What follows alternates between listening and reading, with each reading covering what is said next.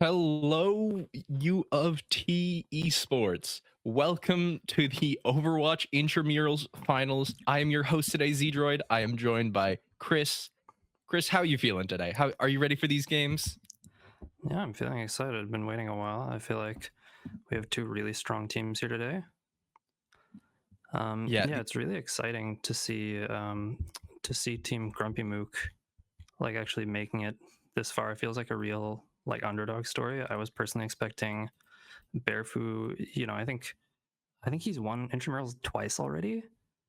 So I was expecting a three-peat from Bearfu, who is, I believe, on what was it, Team 2? Yeah, I think they're just named Team 2, not very creative. But, very good at Overwatch.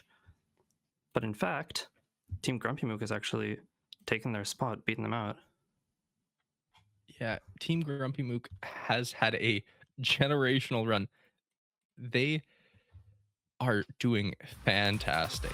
They lost against, or sorry, no, they have, yeah, they lost against Team Juan in round 2 of the playoffs. They have won every single game since. They are an amazing team. We got Perry, Heaviest.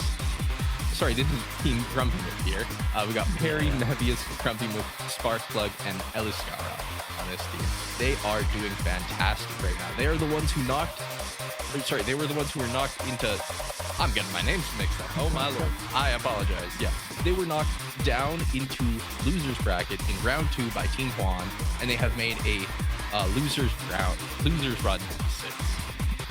Yeah, and they've got 3 players actually currently from the UOFT Academy Blues roster. That's Mebius, Grumpy Mook, and Sparkplug.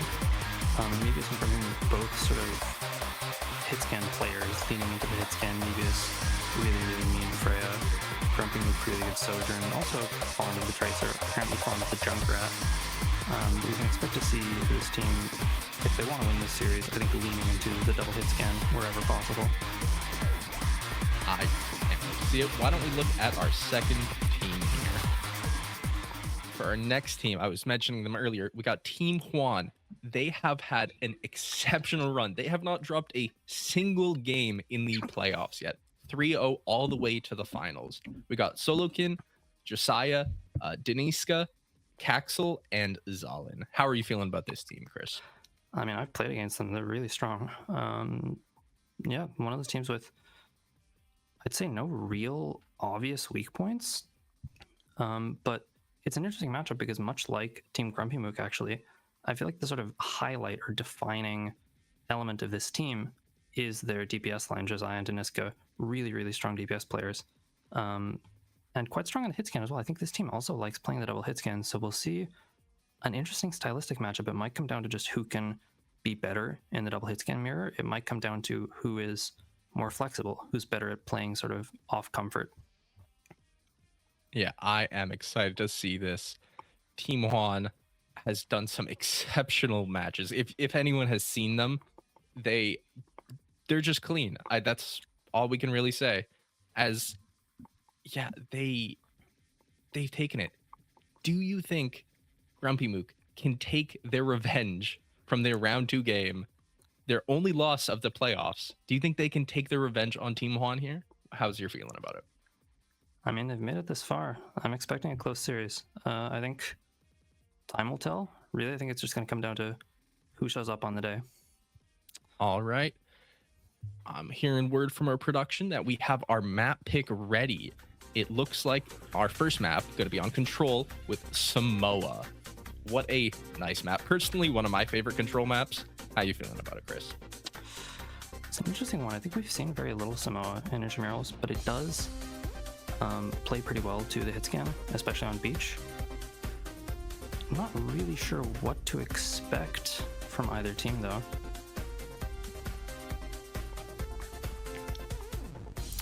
And as we look at our bans coming into this, we have Team Grumpy Mook banning the Mei and Team Juan banning that Ashe out.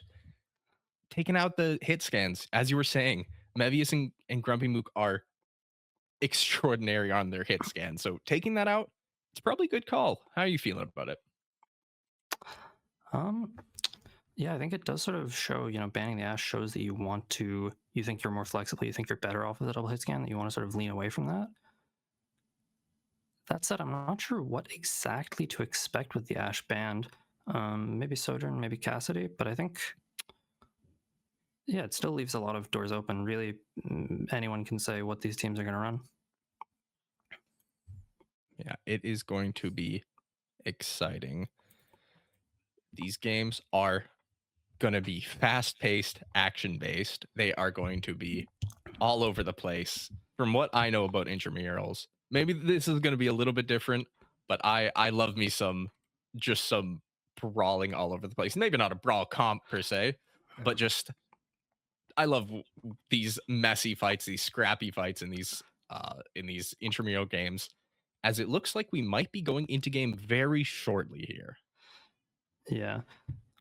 And And you do really see with intramurals, I think the most sort of cool thing about it is that you tend to see such a variety of different styles from the teams, right? Like, you know, these aren't, I mean, typically intramurals teams don't scrim or scrim maybe once or twice.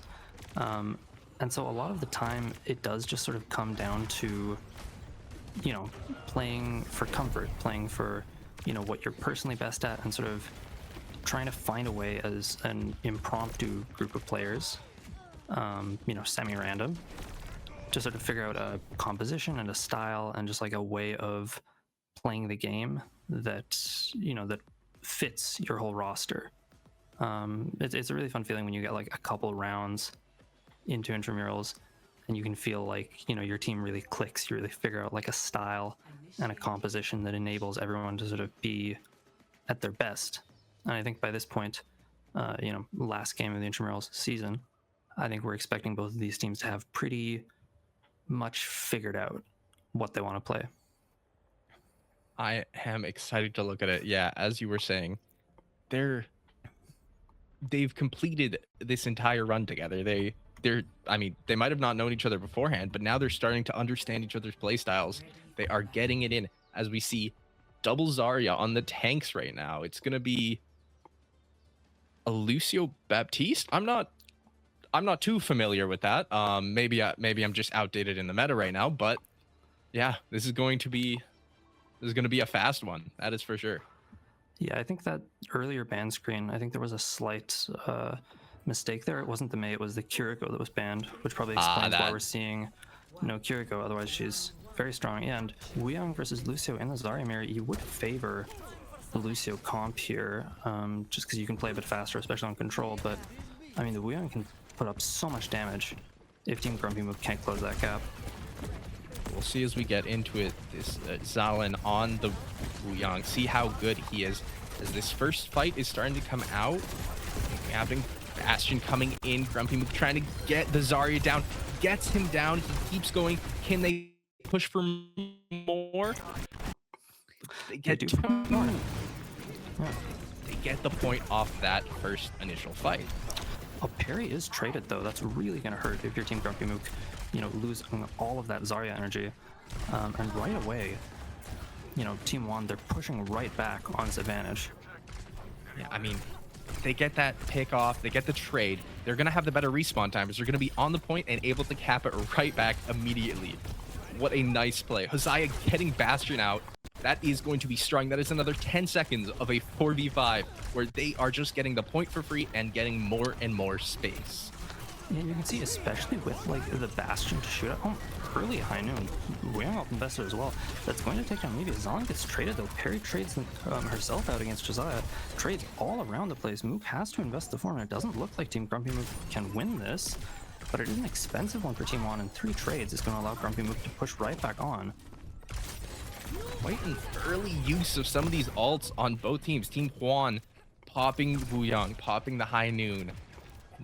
They doesn't, I mean, they won it. They keep the point, but not at a, yeah, it's gonna be real tough here, as they're not gonna have any ults for this next fight. And I see Team Juan, or Team GrumpyMook, sorry, getting back into this and possibly retaking this point really fast here.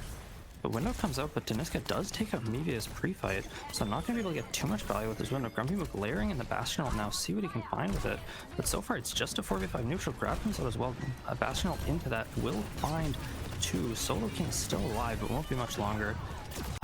Captain Sun invested from Coxel. I mean, they do find 2 trades with this, but you'd really like to have that one back, as it is going to be the flip going back to Team GrumpyMook, but 74% on board for Team Juan so far.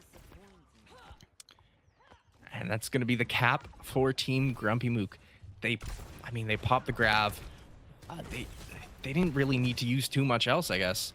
They popped the window earlier, but they didn't get too much effect. But they take the point and they keep this first round going of the game. Yeah, still 2 ults online for Team GrumpyMook as well. Just the bola shot for Deniska. We'll have to see what they can get done with this. Falling very dangerously low. GrumpyMook swinging aside with form. Nice bubble from Solokin. Better lamp as well from Sparkplug. Josiah will eventually go down so much sustain in both these hits can DPS, but it will be GrumpyMook pushing back Team Juan for the moment. As Mevius gets one after another, he's stalling, he's getting them out. They are going to be sitting, waiting for the rest of their team for quite a while now. That is going to be a lot of percentile for Team GrumpyMook. Will this be one of the final fights coming in? We will see very shortly. We have 2 ults for either side, getting close to the Baptiste as well. And this is going to be probably the fight to decide it here. Yeah, Solokin might come up with the grab late in the fight. We'll have to keep an eye on that. But for the moment, it's just the beat, just the wheeling. While Zalon comes up with an early pick on a GrumpyMook. Bola from Mevius finds Coxel. Solokin does go down, so does Sparkplug. So far, it's anyone's fight, but tank advantage for Team GrumpyMook. 2 go down, though, so it's just Mevius left. Oh, sorry, Perry alive as well. Grab comes out, total whiff on the grab, but will still, it looks like, be able to find the kill on Deniska. Will not find the kill on Deniska.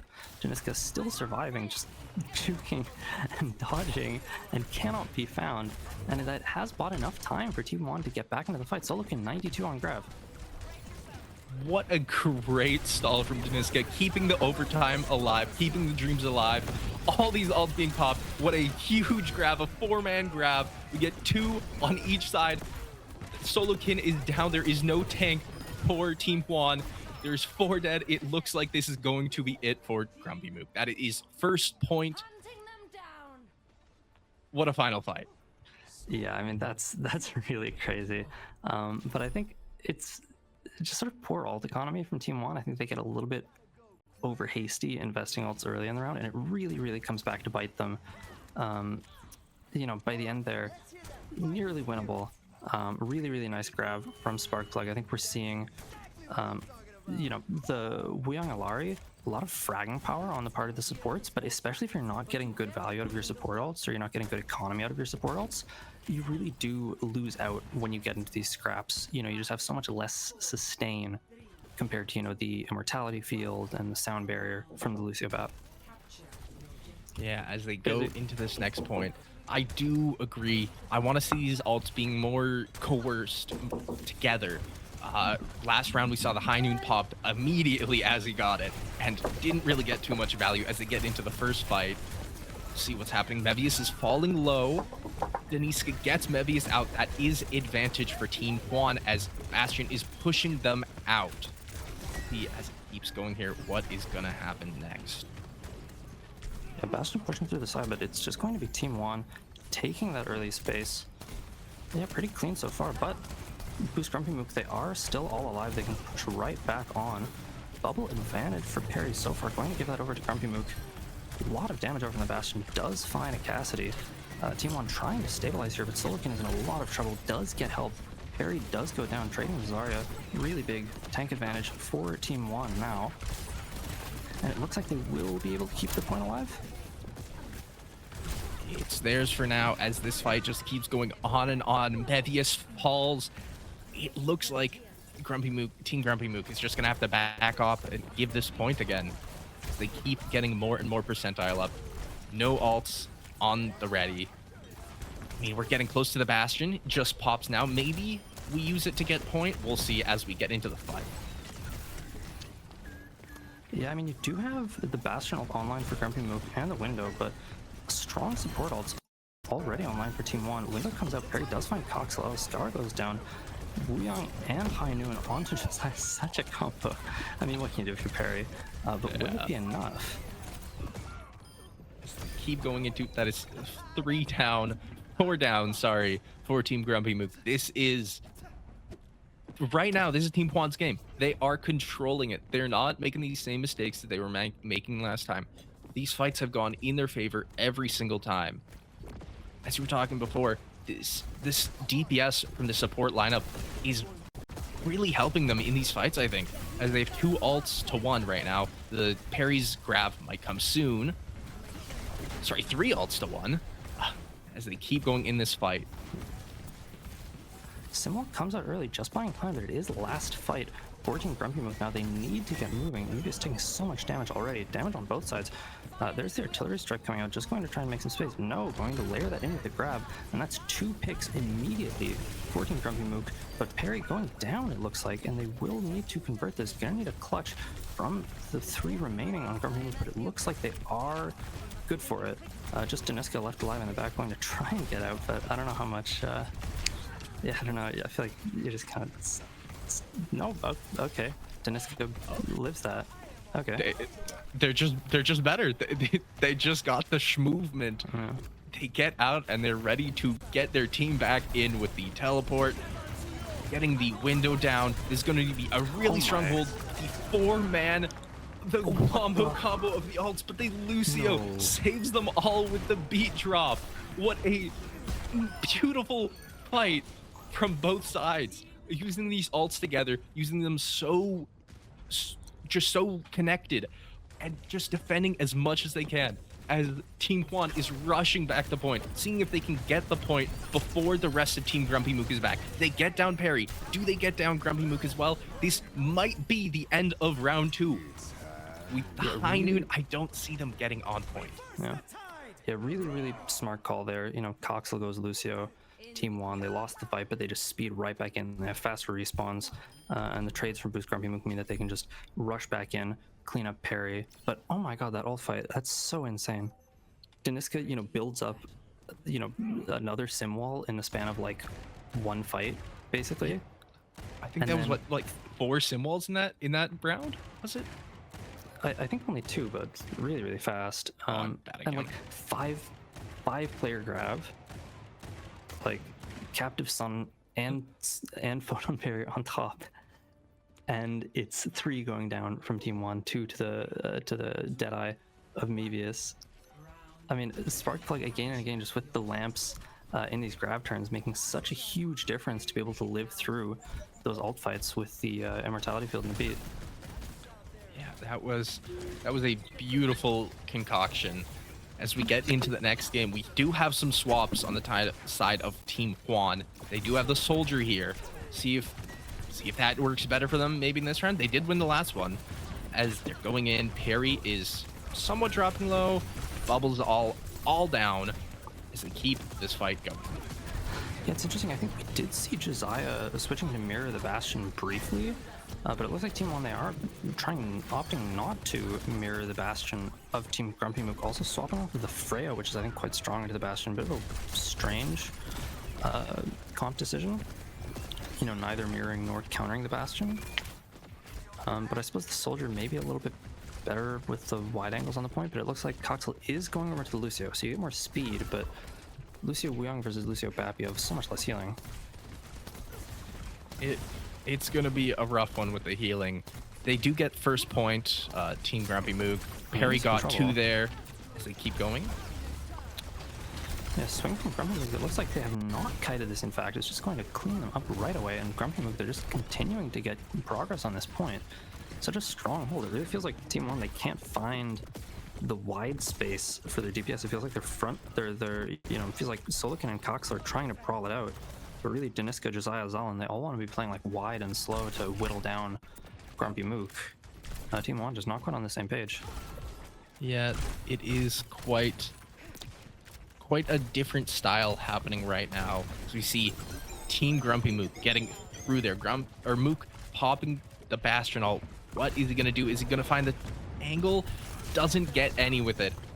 As, I mean, Team Juan is just going to have to back off again. Yeah, I mean, you might have wanted to save that artillery strike to layer in with the grav, but I mean, you still have, you know, 4 ults. You still have ult advantage. Josiah and Coxel nowhere close to theirs. Bola comes out, bubble for it though. GrumpyMook does still go down. There's the grab from Perry. So many ults going all over the place. Grab does get cleaned up though, and Perry will be traded out by Deniska, so it does look like in the end, Team 1 will just barely. No way. What a play from 2v1. Yes. What a play. They have to rush to touch. Are they gonna? Yeah, Coxel has it, but it looks like they'll just barely be able to survive. It's gonna be a rough one, having to get back on this point over and over. The overtime Their team is going to be staggered. The beat, it looks like it might be the fight winning for the Mooks, as Zalin and Deniska aren't going to have much in their tank, and that is going to be the control win for Team GrumpyMook. Yeah, GrumpyMook himself, just on the Bastion, just posted up in the middle of point, in the open, getting, all the pocket, all the bubbles. And you see Solican has to, I think, spend 2 bubbles defensively, for the teammates. And that just leaves Zarya with, nothing to survive, so free for the Bastion. I think it's a really good strat. I think Mook, he likes the Bastion personally, but it is just, really strong, the Bastion into the Zarya. Makes it so hard for the Zarya to play the game. As soon as you spend 1 bubble, the Bastion can just press shift, get a bubble from the Zarya, and just burn you down. Yeah, what a game. First map, it was pretty decisive for Team GrumpyMook. Second map, I would consider that a pretty strong Team Juan win. I mean, Team GrumpyMook barely got anything on that second one. And back to the third, it is on Team GrumpyMook. They are going back and forth in these rounds. I am excited to go into our next map, which is going to be on Hybrid. They haven't decided which map yet. What's your feeling on Hybrid? Do you have map preference? What do you think they're going to run? I think we're seeing them play this double flex backline. And they were playing double hit scan. It looks like they really want to play this style where you stand far away and shoot at the other guys. Compared to, Eliscara on the Lucio, with that Lucio Bastion style. It looks like Team GrumpyMook really prefer to get up close and personal, make it more of a sort of brawly rush kind of a style. I think, really it comes down to either Team Juan want to change gears completely and go to something like a dive matchup, which, we haven't seen anything of from either team so far. Or if they want to lean into this style, they probably should go to something like a Midtown or a King's Row, maybe ban out the Lucio, maybe even ban out the Zarya, honestly, because it feels like in the Zarya mirror, the Lucio Bap Bastion variant of the comp is just winning. It feels like they're just able to play so much more aggressively. There's so much more able to survive grab, and they're so much more able to just burn down the enemy Zarya. Yeah, they just have the more versatile tools against the Zarya, comparing to not really too much on the side of Team Juan there. I do want to see them focus into a comp. As you were saying in that last round, they kind of wanted to play some poke, some brawl, some rush, or rushy brawl, I guess. And they were not really connected as one. They didn't fully decide what they wanted to do together. And I want to see that hopefully change from them.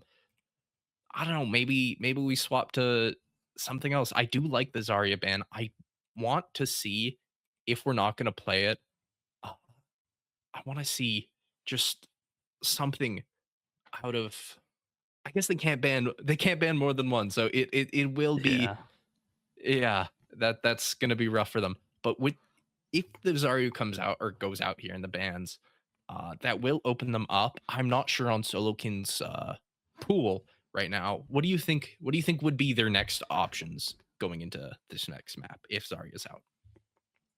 I think with the way both teams like to play, I think D.Va on paper is really, really strong into stuff like the double hit scan. Something like a Winston or Wrecking Ball dive in theory has an advantage because, against the double hit scan, they have a sort of harder time controlling the map, harder time sort of controlling flanks. But it can be really punishing if you make mistakes on Winston into something like, Bastion, Freya, Cassidy. You just get melted. So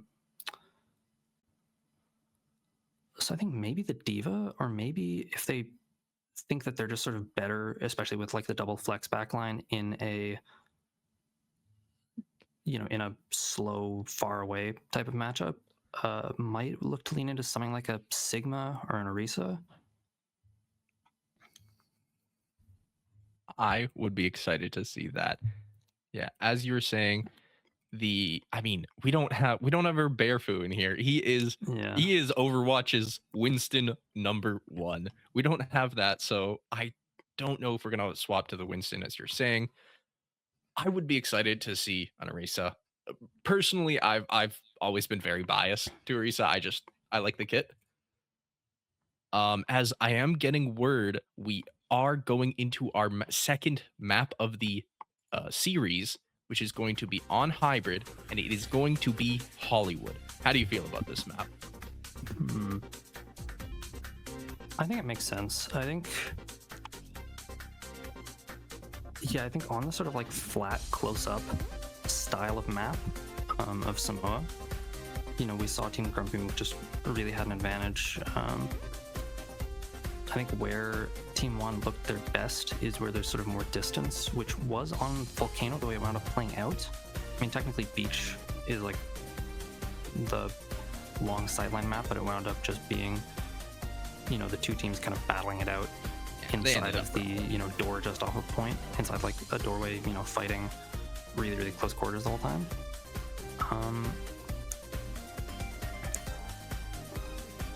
Yeah, it's a big change of styles, a lot more vertical. So you're going to probably, you can play the Zarya, but I'm expecting to see something more like a Diva or a Hazard come out. And it looks like we do have a Lucio ban out from, I believe, Team Juan, and from Team GrumpyMook, a Symmetra ban.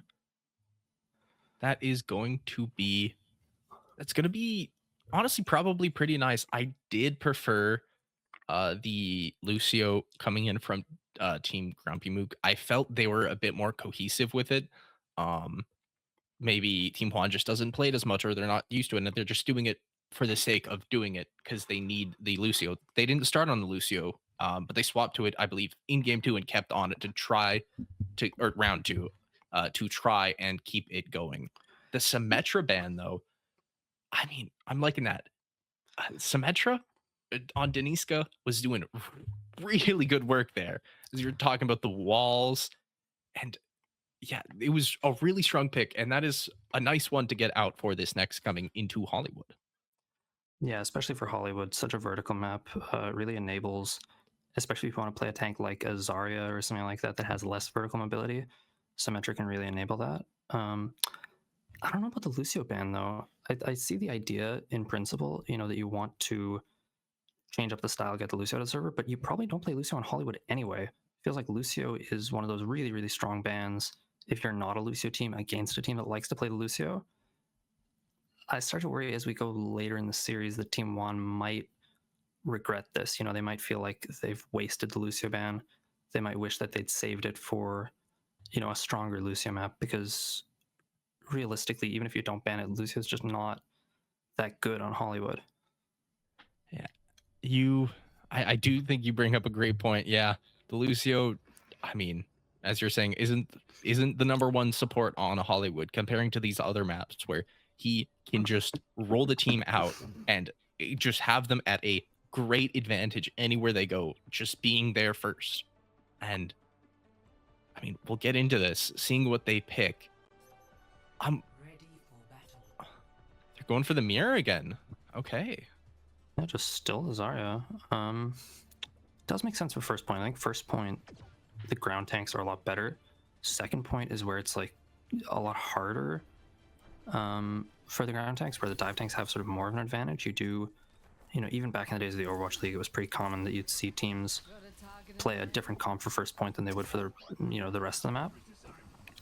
But I wouldn't be surprised if we see both teams just sticking the Zarya the whole way. I wonder if we're going to see Oscar actually playing the Mercy. I mean, with Meavis on the Freya, it might work, but it's going to be tough. Last time I saw, okay, they're just baiting us out. The last time I saw the Mercy, it's from our academy team, and they were trying some stuff out that wasn't working. As they go into this first fight, Harry's dropping low. You did have Chorong on the Mercy at Stockholm, but that's bit different. A lot of damage already coming out from Team Juan. GRUMPYMOok swinging with the form.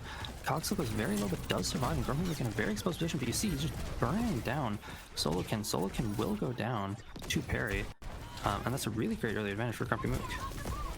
That's going to be them starting to cap this point. I mean, without a tank, there's not really much they can do. Mebius takes down Caxel. That's going to be their support down. Zalin coming right after. That looks like it's just going to be first point immediately as Josiah gets a really nice pick on one, but I don't know if it's enough. Yeah, I mean, Deniska on the Tracer, I mean, really strong Tracer player, but just not able to do very much that fight. It winds up just being, you know, their Zarya Bastion run face first into your Zarya. And your Zarya just kind of gets run over. It feels like Team Juan still haven't quite figured out how to, you know, solve playing the Zarya into the Bastion. And it feels like they haven't figured out a better tank solution. So it's, you know, it's going to keep being a problem, it looks like. It's GRUMPYMOok already taking this high ground space. Stalin gets a pick on Eluskar. That is going to be the support down for them. Maybe they get something out of this. The spawns are really not in their favor, so it's not too great of a pick. As Solokin almost drops GRUMPYMOok, but he's just gonna be Bastion. He's blitzing them down with his turret form as he drops the Solokin though. 3 down for Team Juan, as looks like, yeah, they're just gonna keep pushing this point. Oh, and the stagger is gonna really hurt Solokin going down late. You can see Cox and Solokin get totally different respawn wave. And so that's going to be so much free card push for Team GRUMPYMOok. They have so much space on the high grounds.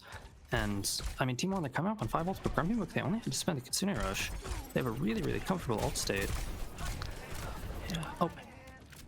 Okay. Almost. Not even close. Mevi's dropping down to 13 HP. They're going to the next fight. The grab gets popped. Finds one. We have the Bastion follow-up getting Zalin out of the fight.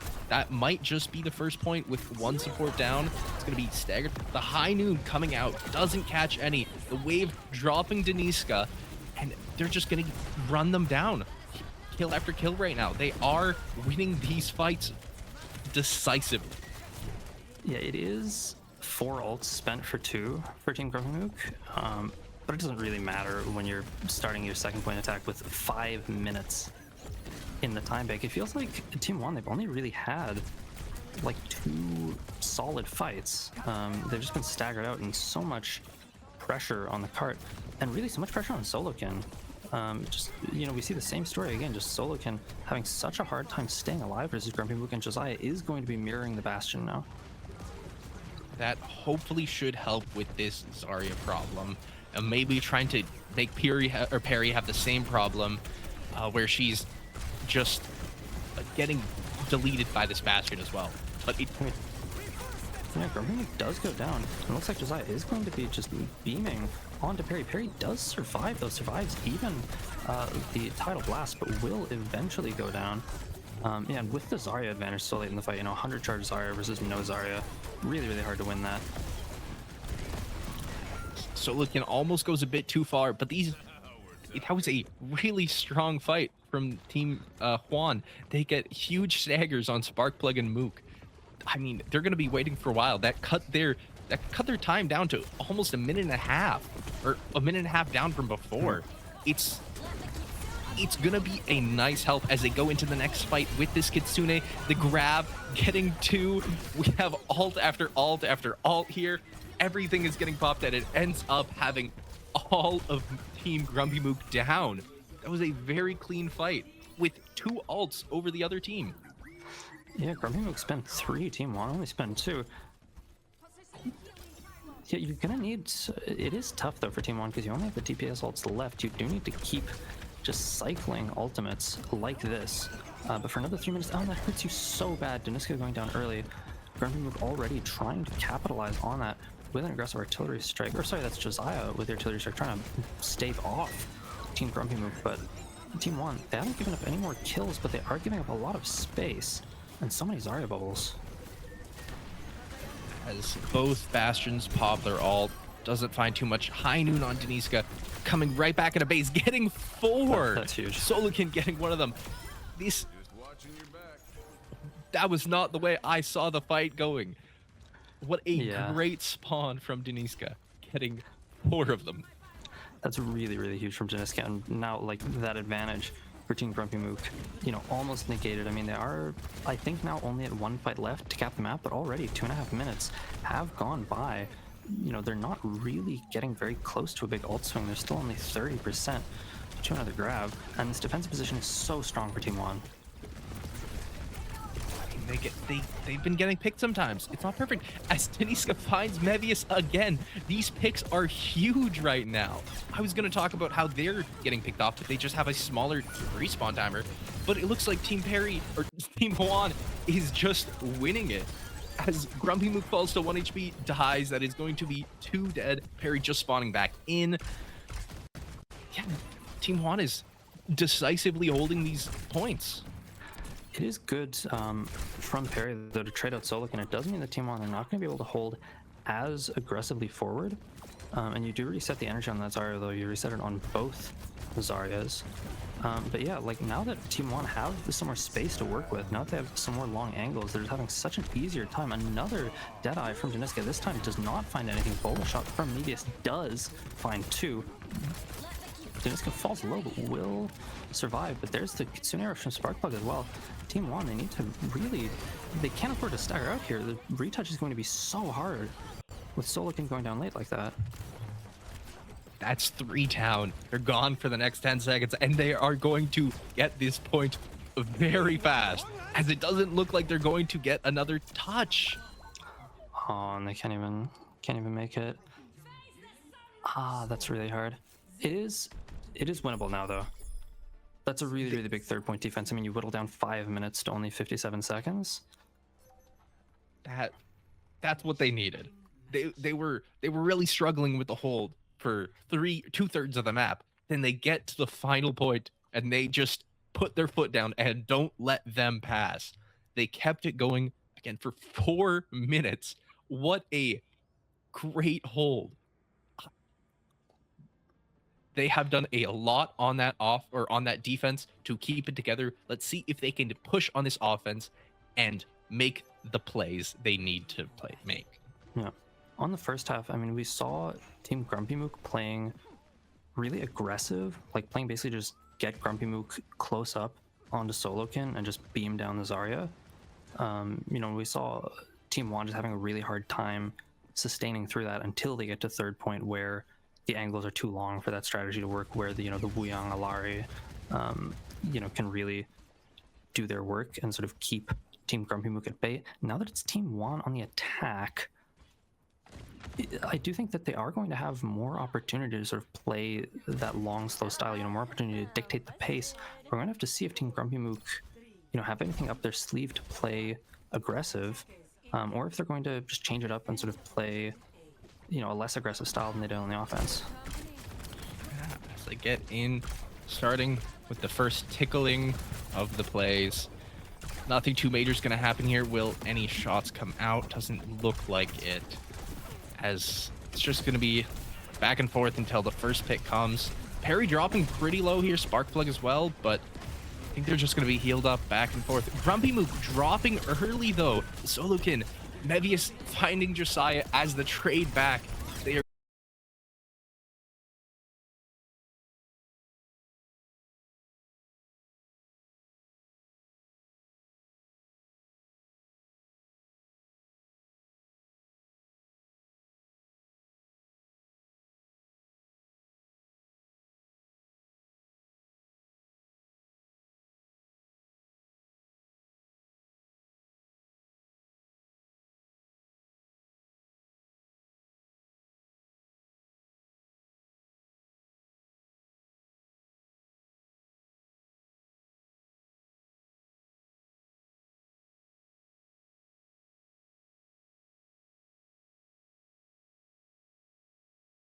And Team GrumpyMook, they are going to have to give up some space now.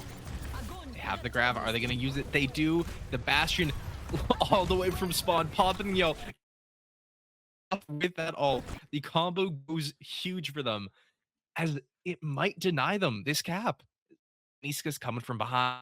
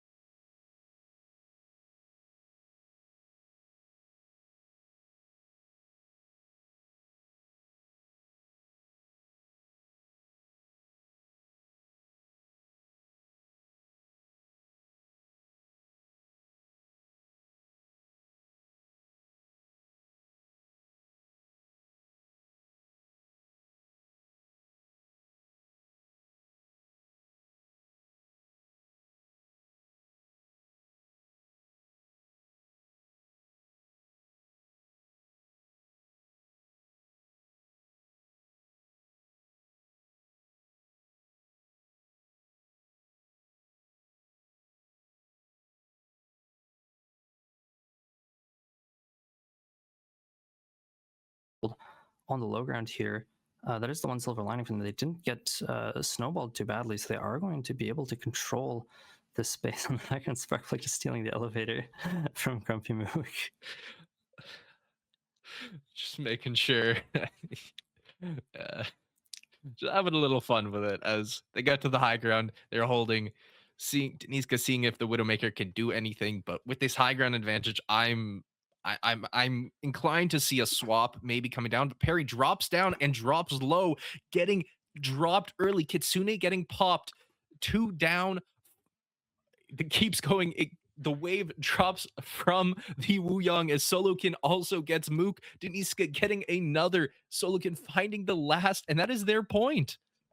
That's brutal for Team GrumpyMook. It looks like they were sort of indecisive. They didn't know if they wanted to hold the door or if they wanted to hold the high ground. And then I'm not sure if that's intentional or not for Perry to drop down, maybe to contest the cart. But you just can't have your Zarya drop solo like that. You spend 4 ults, to 1 to lose the fight. Really, really brutal, and that's going to set up Team Juan really nicely for the end of the second point, as they already have an early pick onto GrumpyMook and the Widow Infrasites.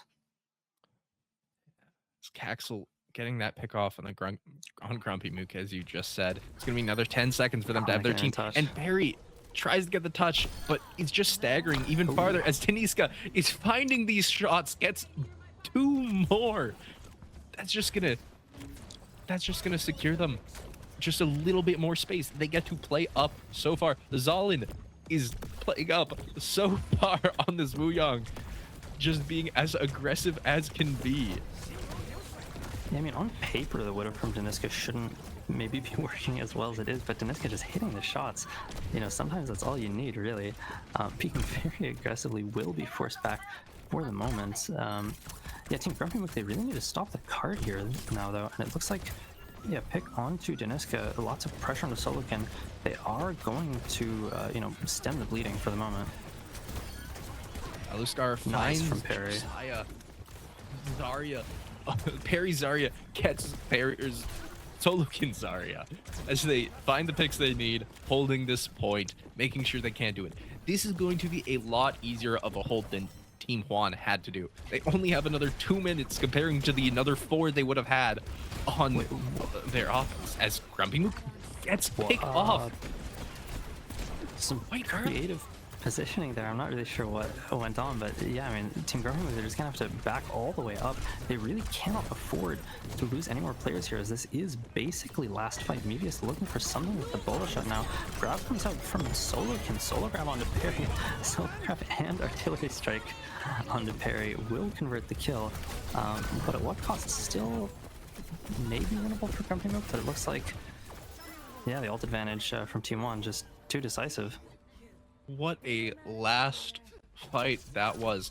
They ended up with more time going into that than Team GrumpyMook did. They brought it down on defense from 5 minutes to less than 1.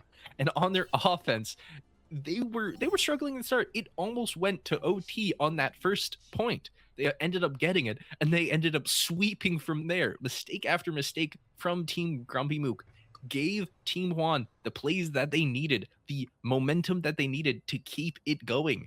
And they did. It's going to be a really tough fight for Team GrumpyMook to get that momentum back from Team Juan. Yeah, it's still anyone's game, though. It remains to be seen if either team is going to try and throw out a curveball, throw out a comp change, try and sort of counter comp. It looks like Deniska thinking better of the Tracer from the defense. Going to go over onto the Ashe. And yeah, otherwise comps are going to remain the same. Deniska, I mean, getting pick after pick in that last fight was, or in that last, push was huge for Team Juan. Going on the Widow, just tapping heads after heads, then ended up swapping in the Ashe, being able to find GrumpyMook, who was quite pushed up, yeah, I don't to know be fair. What happened there?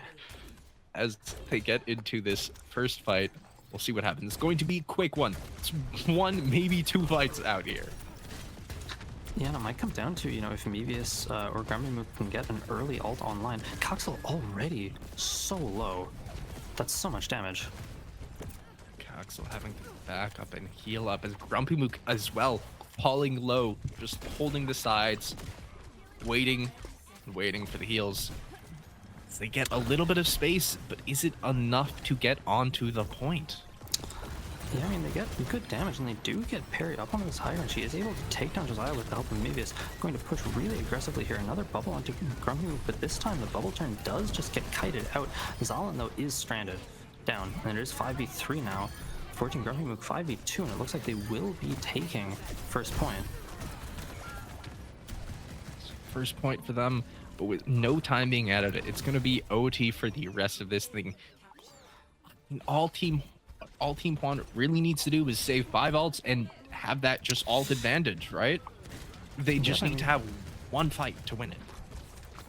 Yeah, but the whole time GrumpyMook, they're pushing the cart, and they are the ones who have the faster DPS ults online. You know, Mevius already with a bullet shot, GrumpyMook 75 to it. This is really hard if you're Team Juan. That makes it a lot easier. Nice early pick on a spark plug. Another pick from Deniska whenever the team needs him. He turns up Josiah with 2, and it looks like that will be Team Juan stabilizing. It's definitely not bad for Team Mook with only a minute on the time bank, but really winnable for either side still.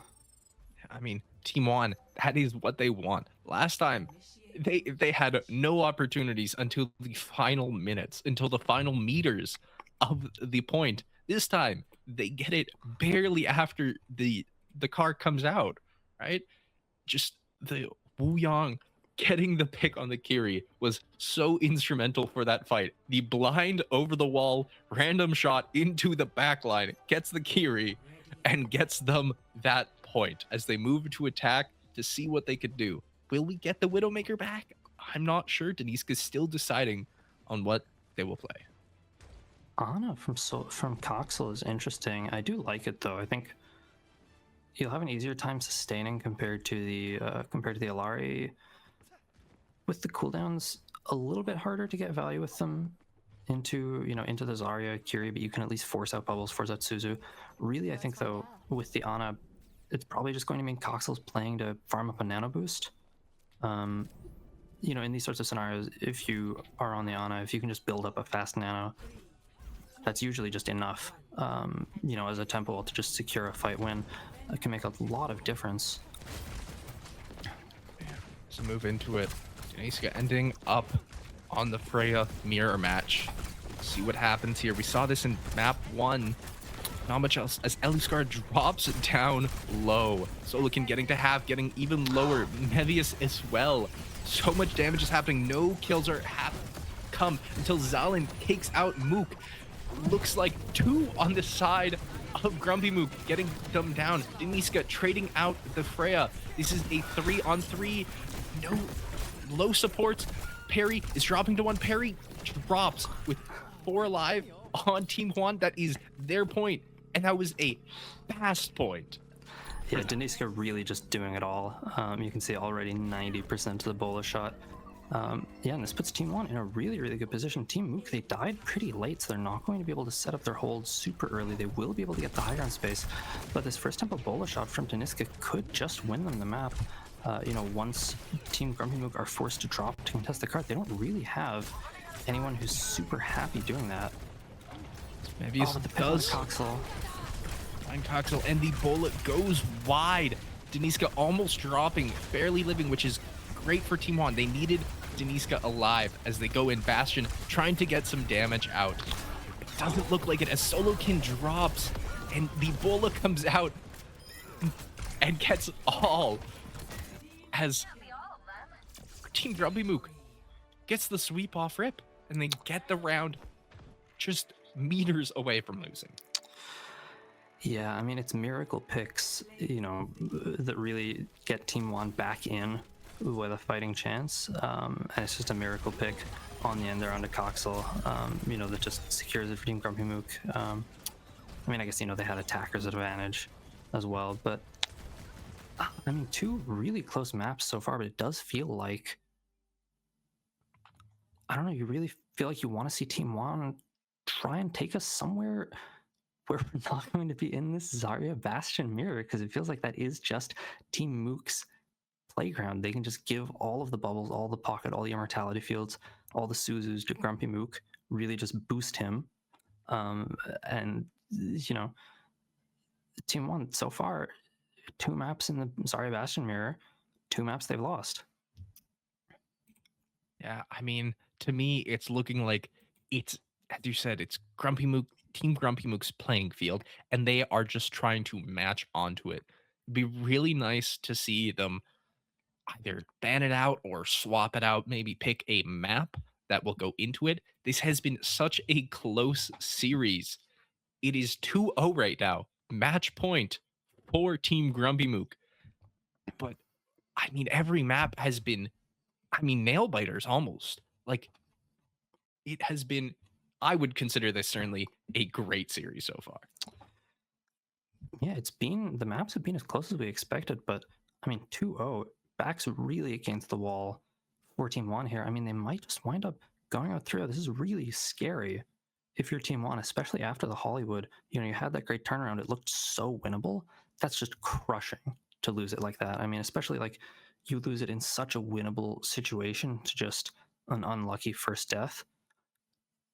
We're going to really need to see if they can, you know, keep their mental strong, still believe in themselves. It is winnable, but I think they need to really believe that it's winnable if they're going to bounce back.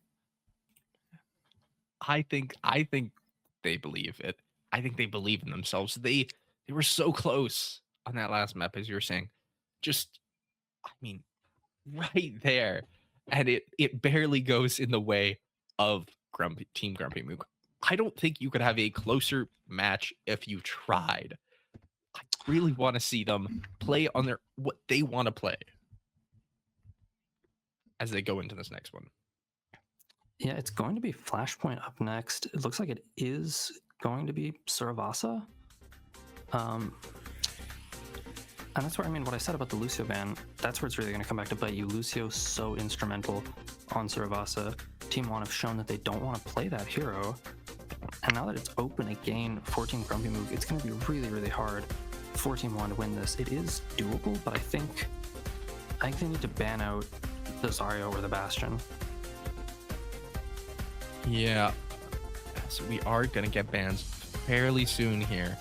Suravasa, this is the map you'd want the Lucio ban on. You really want it on Flashpoint. Getting to those points first is crucial. As we are looking at our bans for the series, it does look like the Zarya is gone. What they needed, getting Perry off the Zarya, she was instrumental for their wins. Going to maybe a different comp, and the Genji ban, not sure, kind of comes out of left field for me. What are your thoughts on it? Genji, I think maybe just to enable if they want to keep playing the Bastion, or yeah, I mean, I know Mevius does occasionally play the Genji, but it's not exactly, you know, his wheelhouse. Off the Zarya, not really sure what tank matchup we're going to see next, but it does look like Perry was just getting the better of that matchup. So I think it's a good move from Team One to take that off the board. I think the Bastion as well, a lot less scary without the Zarya pocket. Although not that, you know, it's the only hero Mook can play. He's got other cards up his sleeve. That said, though, Team GrumpyMook, they were playing the double hit scan style throughout the whole series, pretty much. It's a lot harder to play that on Flashpoint. The Lucio helps them, but I think, you know, Deniska has a pretty strong tracer. I think in general the DPS line for Team One probably more flexible than Team GrumpyMook. So yeah, it's going to be an interesting matchup to see what the DPS comps are, and maybe it'll come down to which DPS players are better at, you know, flexing over onto those, you know, flex DPS flanker heroes. Yeah, I'm excited as we are heading into game number 3. This is match point for Team GrumpyMook. Can Team Juan recover from their round 2 loss? Can they get the revenge they want? This is where it needs to start. A reverse sweep is a tough task ahead of them. Can they do it? I believe in them. I personally think they have what it takes to win this. They just need to bring it together, bring the final pieces together as they make these team comps. looks like it's going to be a Diva mirror going into Flashpoint. And it is going to be Coxel going over onto the Lucio. Yeah, it does look like, I think Coxel a little bit less favoring the Lucio compared to Aliscar, but did play it on Samoa. So Lucio Wuyang, though, it is tough. And it does look like Soldier Freya from Team GrumpyMook compared to Cass, and presumably Deniska is going to be going over onto the Tracer, or no, sticking with Sim. I mean, Deniska's Sim was banned for a reason. He is great on it. We saw it in that first map. We saw it in Samoa, where they kept it going, getting onto the high ground, almost dropping Perry immediately as they are getting this first point held. GrumpyMook falling low, gets taken out by Solokin. Diva's mech is taken out as Josiah gets Spark Plug in the back. Solokin trying to get the ult charge to get the Diva back up as Josiah goes a little bit too far and drops himself. Perry, needing the HP, needing to recover, backs up as the fight goes down, and it ends up for Team Juan. Keeps going though. Mevi is a huge stagger for them. Wait, what? Wait, this is a, I mean, you have the Diva mech advantage, but Perry's so little health. Really, you know, I think not a very good decision by GrumpyMook to try and keep fighting that. You know, Mook himself going to go down. Perry also, Josiah finds 2 with the flashbang. Team GrumpyMook, I mean, they managed to keep Perry alive, but then she just pushes back in too early. It doesn't wait for the respawns. And already Team Juan, they're 62% on the flashpoint. Mevius already at half health. It's going to be so hard for GrumpyMook to find their way back into this. Mevius does have 95% to a bola shot though. We see GrumpyMook immediately swap to the Bastion, sticking to what has worked this series. Waiting for these staggers finally, getting back together. It was stagger after stagger in that last fight, and let's see if they can fix these mistakes this time. Taking out the Symmetra turrets, going to get that overtime touch, the sim wall coming out, making this fight a whole lot easier. Are they going to get a tap? They just give it. It is theirs. They C9 as Perry is dropping. Mevius drops. GrumpyMook drops. They are all gone. Deniska gets the 3K, and that is a team kill for Team Juan. Yeah, silver lining from GrumpyMook, you don't spend any ults in that fight, but it is a clean wipe for Team Juan. No trades. They are going to be able to get the control of the space on this next point right away. And yeah, I mean, the photon barrier and the Deadeye just so powerful in those, you know, last fight scenarios. Team GrumpyMook, they have to touch the point, but just so much control of that space from Deniska and Josiah. Kitsune Rush from Spark Plug, only 4 players from GrumpyMook able to use that though. Will not find anything with it so far, and in fact it's GrumpyMook going down first. Double support ult out from Team Juan, but it looks like they will be winning this. The beat was just barely not ready for Aliscara as they get Sparkplug on a great stagger at the end there. That's going to be just a little bit extra time to get them just a little bit extra percentile going into it. They popped 2 ults for 1. That's not what you want to see in these fights. Sorry, it was 2 for 2. Never mind there. As Caxel does drop to Sparkplug, this should give Team GrumpyMook the advantage to push onto this point and cap it themselves. Perry trying to get the angles, taking out these Symmetra turrets, jumping in. The beat drops as they go in. Perry is getting low. That's Aliscar as well. Deniska is the first to fall in this fight, and it looks like it is going to be for Team GrumpyMook as they get the point and they push them away. I mean, Perry falls so low there, you know, twice. Just barely manages to survive though, and yeah, converting that early pick onto Coxel, really nice from Team GrumpyMook. You know, they needed to take an aggressive fight there with the ult advantage, and they did exactly that. It's going to be down to Team Juan to push now, but it's kind of awkward. Again, Simwall and Deadeye come out, and Perry just eats it up. Perry nerfing this. The high noon coming back out for GrumpyMook. We are getting another Diva Bomb, getting 2 on with Solokin. Perry getting out of the mech, dropping past as it looks like Team Juan gets the point back and gets another team kill. On Team Juan, they got the flip so early in that it's going to be last fight for Team GrumpyMook. They're going to have such a hard time touching as well. Team Juan, they recognize this. They're holding forward. It looks like they do break the TP. They might be able to catch Niska, but who's going to be able to touch? Yeah, it's 97. Diva barely getting on point, dropping the mech. Josiah getting 1, Solokin getting the mech Kitsune coming out. Wuyong wave is dropped. Oh, So no look at touch. just going in, and again they don't get the touch. This is 2 in a row now where first one they drop it, they don't even get the overtime. This time they just drop it. I mean, it was a winning fight for Team Juan in the end, but these games are just in Team Juan's favor. Yeah, and the sim from Deniska just getting so much value, and you can see with the sim Lucio how fast they're able to take fights. You know, they just get an extra fight every flashpoint. Compared to GRAND, it looks like Mook eventually will be matching the sim, and Deniska going down early. You do need to see that sort of, that sort of outcome in these early fights. Poor Team Mook. Mook will survive, and they do get first cap. So they keep going in this fight. I mean, they're getting the space they need. The Symmetra is helping them with this movement. They've been staggering, and this should help them with these fights.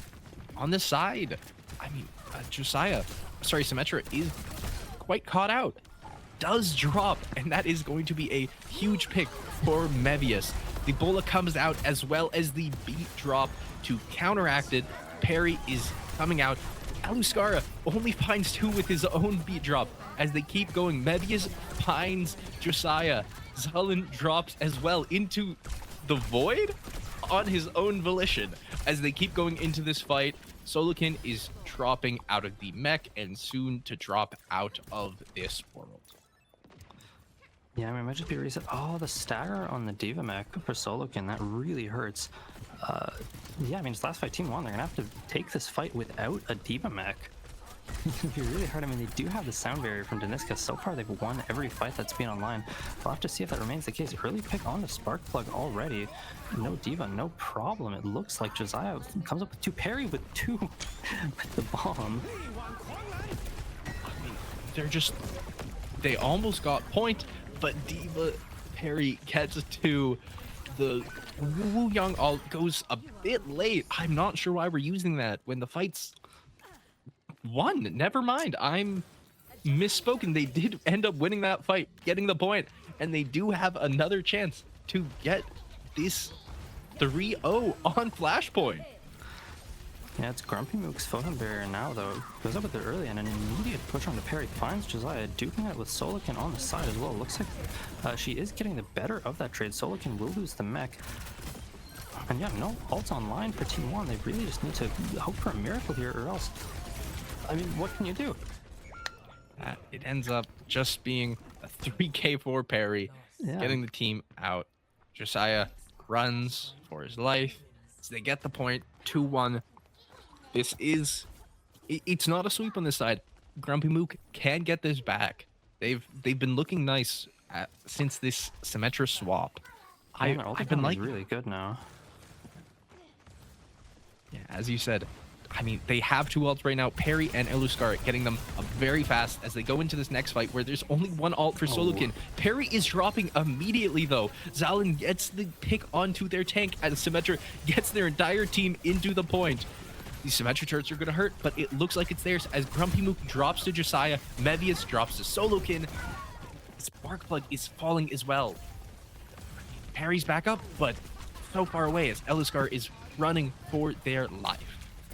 Yeah, really unfortunate for Perry. I think so far I've been having quite a good map on the Diva, but just it's really hard against like the cast sim. You can just get burned down so fast. Really nice fight win for Team 1. You're really happy with that. You don't have to spend anything. Kitsune Rush coming out, beats from both sides. Bola from Mevius. So far, no kills on either side, but Mevius falling very low. Bomb out from Perry. Won't find anything, but will stay alive. 2 now for Team 1. Perry very low. Simul comes out from Deniska. Solokin does go down, but it looks like with GrumpyMook going down, Perry very low on the mech, it will be Team 1 able to stabilize this. Expensive, though. Mevius looking maybe for a swap going into this next point. Going to the Freya. Oh, nice stagger. Swapping to the Reaper now. Getting a great stagger. Deniska is just jumping around. Not letting Perry get the mech. Just denying them what they can. That is another 10 seconds, and they're not going to have a tank for this first tap. Lucio is going to be coming in from behind. Eluskar is going to get the tap. And are they going to be able to get much, though? Mevius falls extremely early, and they get GrumpyMook as well. It looks like they're not going to have enough for this fight. They don't have the ults. Parry is getting Deniska low. Deniska lives. Parry drops. Yeah, I mean, Ajax on the title blast from the Zalin, but it's not going to really make a difference. Really convincing showing from Team Juan. I think Deniska doing so much on Symmetra really can't be understated. I think GrumpyMook, they had a bit of a comeback going. I think once Mook made it over onto the sim, I think he went over from like Soldier to Bastion to Cass. Before that, 3 hero swaps. I think almost 2 points went by before he built an ult, just because he can't, settle on a hero to play. Once they made it onto the sim mirror, it looked a lot closer, but still just so much early momentum in the series in the Flashpoint for Team One. And Coxel, I mean, that's a surprise. Lucio, I didn't really know Coxel had the Lucio, up his pocket like that, but that's really big actually for Team One if they've shown that they can actually play the Lucio. Yeah, because they're not going to be able to ban it again. They win the Lucio matchup this time. It was looking great from both sides. There was one beat drop from Eluskar that did kind of go wide, but the rest of it was back and forth on that Lucio's. What I really like to see here is that Team Juan brought Team GrumpyMook to their playing ground. They showed them that they need to play what they are playing. Team Juan doesn't need that Zarya. They have the Diva. They have the Symmetra. We get the swap to the Symmetra to try to fight it out. But, I mean, Deniska is just insane. Just nasty with it. Yeah, I mean, just so much value on the sim. We go into the 4th map coming soon. It's going to be Push. It is going to be a series. Can Team Juan get this comeback as we see which Push map we are playing? It will be Esperanza. Huh. I don't know if I was expecting that. I mean, I would think for Team GrumpyMook, if you want to, now that the Zarya ban is gone, the Lucio ban is gone, they do have the option to just protect DPS, take it to another Zarya Bastion Lucio map. And I think that would be really on the cards if they went to, Coliseum or Runasapi, but instead it's going to be the Esperanza. I'm not really sure what style they want to be playing. Yeah, I mean, I'm not too high, Elo. I'm not gonna act like I am, but I definitely don't see this as a map where Zarya is annihilating everything that comes by. I do think the speed and the control that Diva can have, and these other tanks in general can fight this out. As you're getting to these bans soon, what do you think are going to be the bans for this next map? Well, I had some ideas, but it looks like we don't need to wonder. We do, in fact, have the information. It is going to be Cassidy and Baptiste being banned out here. It looks like it is going to be Team Mook banning the Cassidy, Team Juan banning the Baptiste. Baptiste ban makes sense, targeted at Sparkplug. I think especially on the Samoa was doing a lot on the Baptiste, really great immortality fields. Especially if you want to play the Zarya mirror, I think the Baptiste makes a big difference. The Cassidy ban, I don't know about. I wouldn't expect for Team One to be playing the Cass anyway, unless this is just maybe they're just protecting Bastion, or maybe they have some sort of sneaky strategy. They want to play something like, Tracer or Winston or Wrecking Ball that gets countered by the Cass. Yeah, I see it personally as the Bastion protection, the Freya maybe protection. We did see Deniska on the Cassidy when Symmetra was banned. Yeah, that's true. Maybe they're worried about it coming back. I don't see much planning to swap from the Symmetra. Maybe it's not that great on this map. What's your insight on that? Yeah, I mean, I think the sim was, if I recall correctly, already banned by GrumpyMook, so they can't ban it out.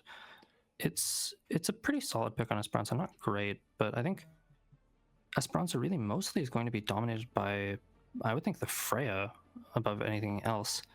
We've seen Mevius, really gravitate to that big Deniska. No slouch on it either, but it does feel like,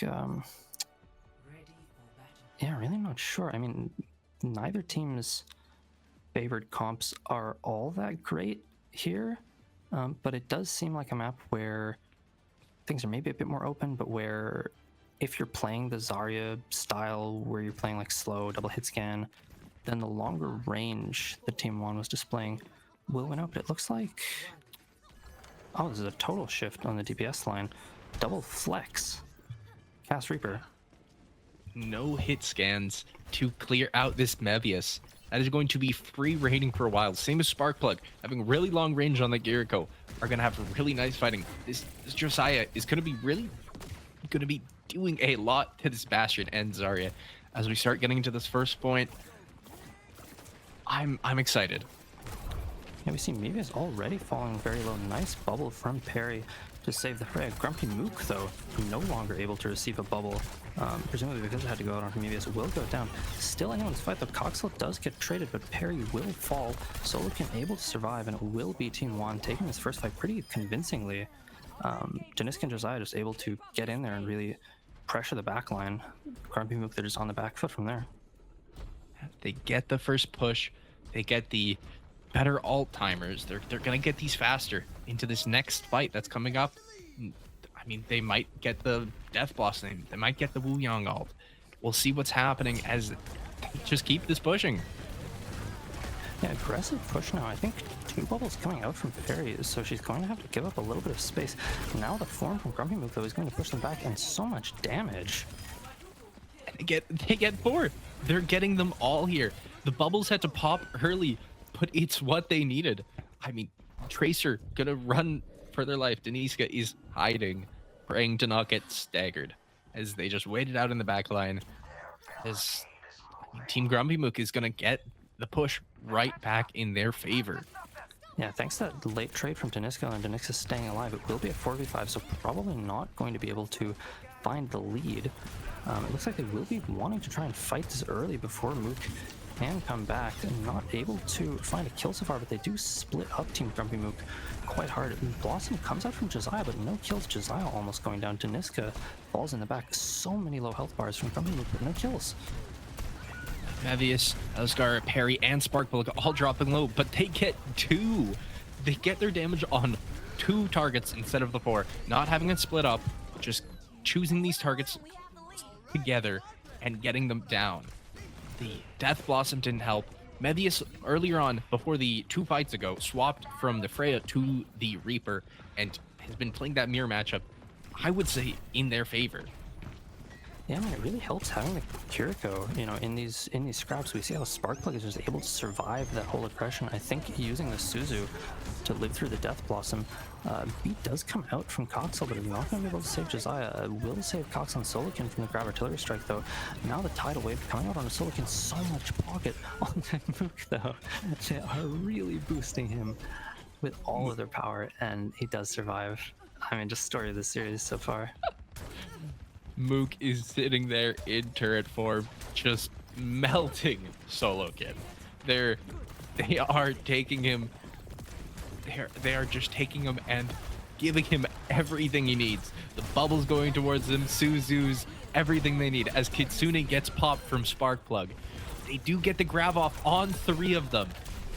3 kills going for Team GrumpyMook, though, as the Suzu is just so strong in these fights. The Kitsune is so strong in these fights as they get the Reaper and they get even farther staggers.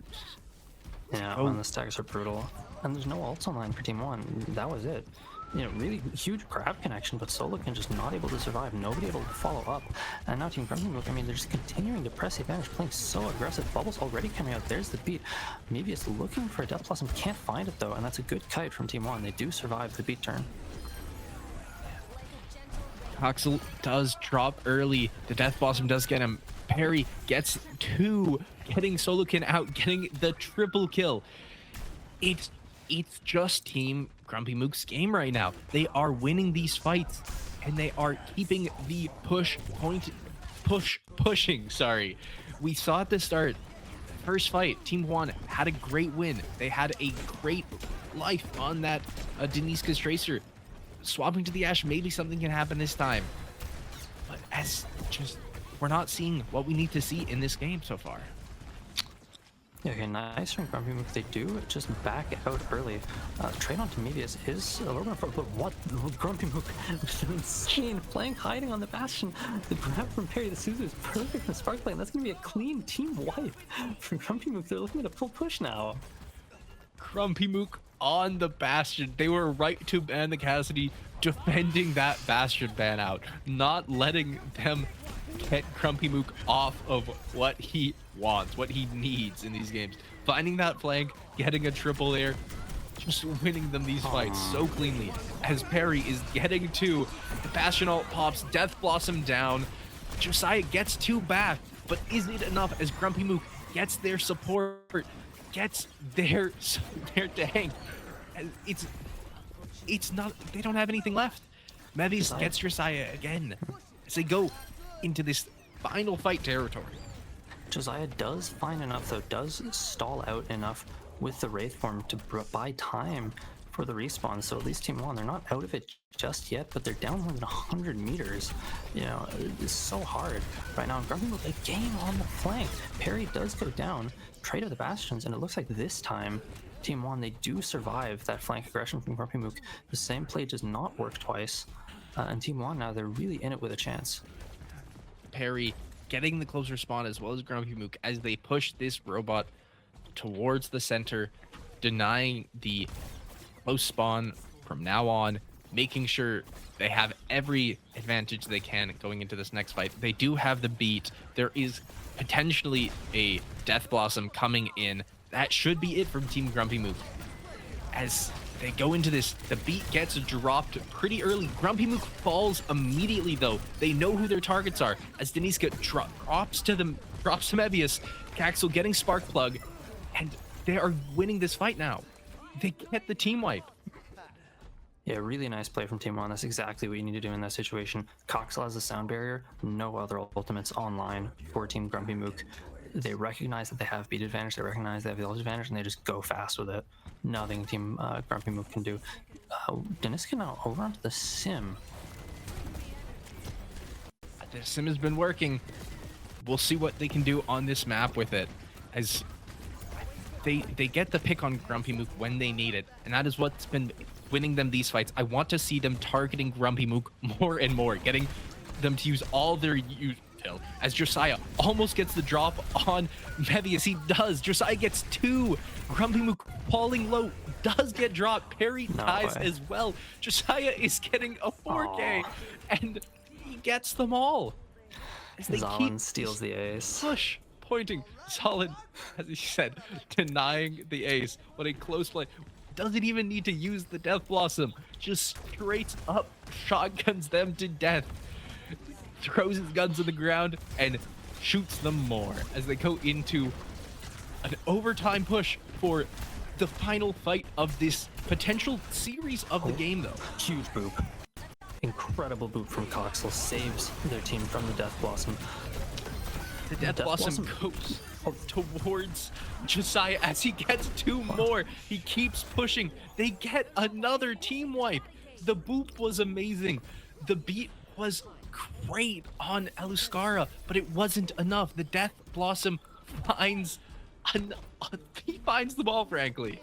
So they go potentially winning this game on overtime. There's one more fight. There's one more fight. Zalin went down late. They only have Lusu healing. Photon Barrier does come out, but the grab and artillery strike are online for Team GrumpyMook. One, they recognize this. They recognize that they have to go early. They do go early, but it's too caught in the grab. Solokin will go down. Deniska will survive. GrumpyMook goes down as well, and it's so winnable for Team One. They're gonna win the game. They're gonna win the game. They did. After a huge grab, a huge Bastion artillery, getting the tank, getting the Wu Yang, they win that fight. They brought it back. This is the reverse sweep in motion. They lose the first two quite closely. They barely scratch it out.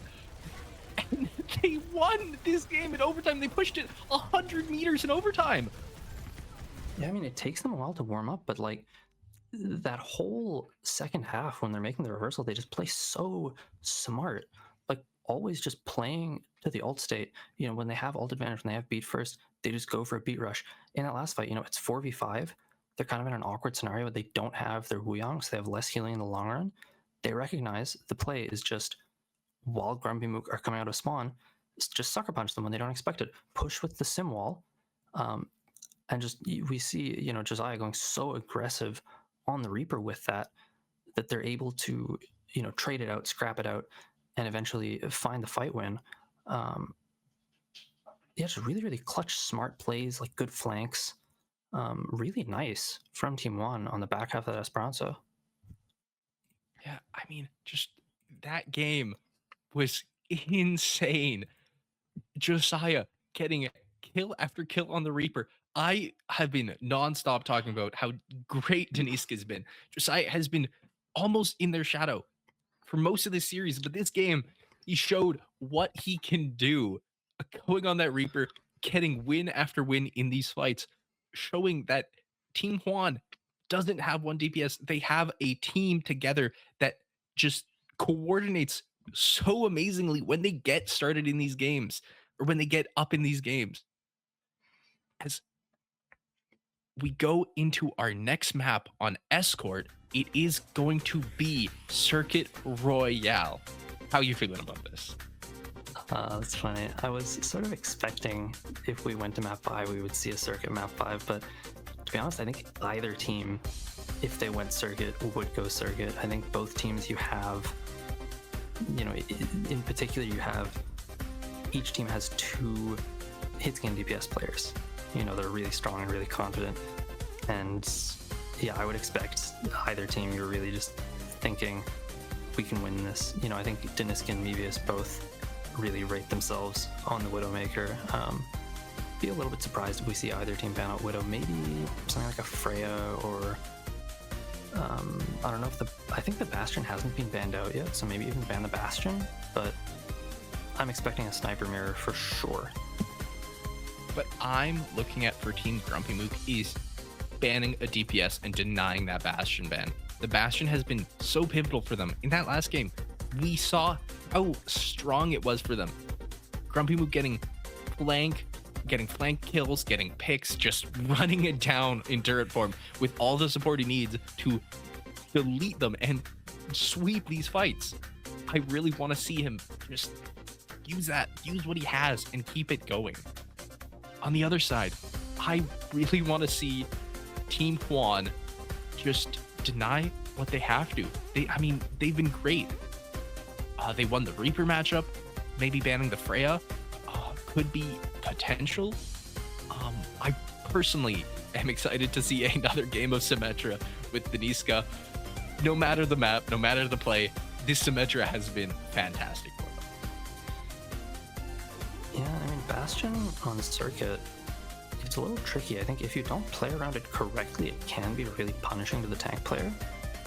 But there aren't really many flanks on the map. You know, it's a lot of wide open angles. Something like a Freya or a Widowmaker or a Hanzo or an Ashe really will have a lot of room to kind of just free fire on GrumpyMook if he tries to stick the Bastion. So I think there's a world where the Bastion pick comes out and it works, but there's also a world where it comes out and it gets really, really shut down by the DPS from Team Juan. And I'll have to wonder if we just see another... Zarya is pretty good on circuit. We might see the Sigma if either team's so inclined. Maybe a Ram, but no shades of that so far. So it might just be a Zarya mirror. It's really going to come down to the DPS picks and to the support picks. We're going to have to see if either team wants to play the Lucio or if they want to play some sort of a different style.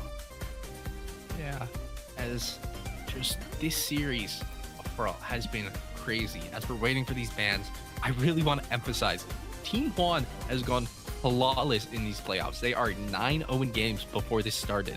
They lose the first 2 to Team GrumpyMook, who they dropped in round 2, and they are making a comeback on the side of Team GrumpyMook. Again, they dropped into losers and have had a amazing run. going 3-0 in losers round 2 and 3-0 in losers round 3 to make it to this finals, where it is now 2-2. It is match point. It is the final game of the series, the best of 5, as we are going into the bans. We see the Widow and the Ramatra ban. We haven't seen that yet, but maybe they're worried about it on this map. So, might be heading to the games. A little surprised by the Ram ban from Team Juan, to be honest. It feels like the Zarya suits Team Mook's style better. I mean, we haven't seen anyone try to play the Ram yet. But I was thinking like maybe it would be an option for Solokin to try and bring it out. Yeah, Widow ban from Mook is a little bit sad that we're not going to see Widow Mirror, but it's understandable seeing what Deniska did on that. Yeah, Deniska really had a lot of power with it. I mean, they were pushing, and just pick after pick, headshot after headshot, just doing what they needed to do. It makes sense that they wanted to ban it out, and they were afraid of it. Unfortunate, as we're not getting that mirror match as you were talking about. So we potentially, I believe, are going into game, the final match of the series. What a roller coaster this has been. Yeah, it's been a really crazy series, but I think if you're Team Juan, after pulling off that reverse on Esperanza, you got to feel like you can do anything, you know?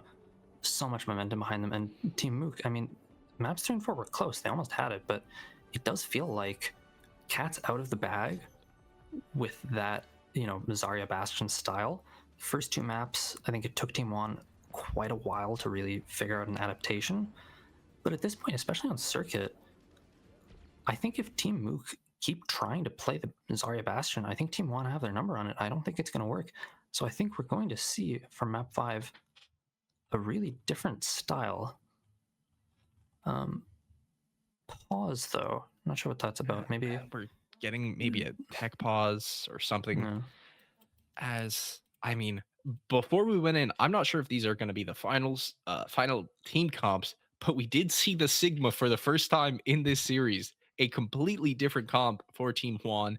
The Winston dive maybe coming out. I mean, Team GrumpyMook has been just like swapping their comps at the last second, so I'm not too sure about that one. But I mean, what do you think of these comps? How do you think it's gonna go? Yeah, I think the Sigma, the Ram ban makes a lot more sense if Team Juan want to play the Sigma. I didn't know that was in Solokin's wheelhouse so much. But yeah, with the Ram out of the game, I mean, Winston is maybe playable into Sigma even on circuit, but it's quite hard. I think, yeah, the Ram ban makes it kind of hard to counter with the Sigma. I think your best bet if you're Team GrumpyMook is either just match it with the styles they've been playing, or maybe try and figure out something. I mean, especially with how strong Zarya is right now, it is definitely still possible to force Zarya into Sigma. You just do need really, really good aggression, because if the fights go long and if they go slow, and if you're not able to close the gap quickly on the Sigma, you know, then he will just be able to out-sustain the amount of long-range spam that goes out on this map. Yeah, as it looks like we're starting to get back into the game. Maybe it's had tech issues, something along those lines. There's a restart. The players are doing what they can to get back in. I'm excited to see the Sigma. It, as you said, it does make sense with the Ramatra ban. I didn't really see that coming into the game, but we go into this. We will see what they finally end up choosing. Will they stick with their Sigma comp? I believe it was Ana, Hanzo. I'm blanking on the rest of them. Will we see that come out this time, or are they going to swap it to something else? I wouldn't be surprised if we see the Sigma. I think it's quite good with the way both teams have been wanting to play. And it will be, yeah, Sigma double hit scan. It does feel like this is a pretty good map for the Alari Wuyang if you want to play it, but especially once we get to the ult turns, it's going to be a bit fragile, especially, you know, compared to, it looks like Sparkplug not going to be going for anything like a Baptiste or a Kiriko. And in fact, neither team playing the Lucio. we're seeing so much from both teams that we just have not seen at all this series. Yeah, this is the Alari Wuyong support comp has been, I mean, what Team Juan has been going towards in a lot of these games, at least at the start of the series. But pretty much the rest of this game, the Zarya as well is new. There's the Lucio that we were wondering about. And yeah, GrumpyMook swaps with the Bastion. They keep trolling us with these team comps, these choices right before it goes. As we get into this first fight, Sigma on this high ground is not fun to play against, as Hanzo gets the first pick onto GrumpyMook. Great pick, but Mevius takes Zalin out. Their support is gone. Perry gets hindered, gets the low, barely living Eluskar as well, dropping low. The health bars are looking fantastic on Team Juan as they get this hold on lock. Yeah, I mean, the pick on Josiah, though, is going to really make it tough. Solokin just falling down. Team One, it looks like they almost stabilized, but just losing the Wuyong so early, it's just really, really hard to sustain.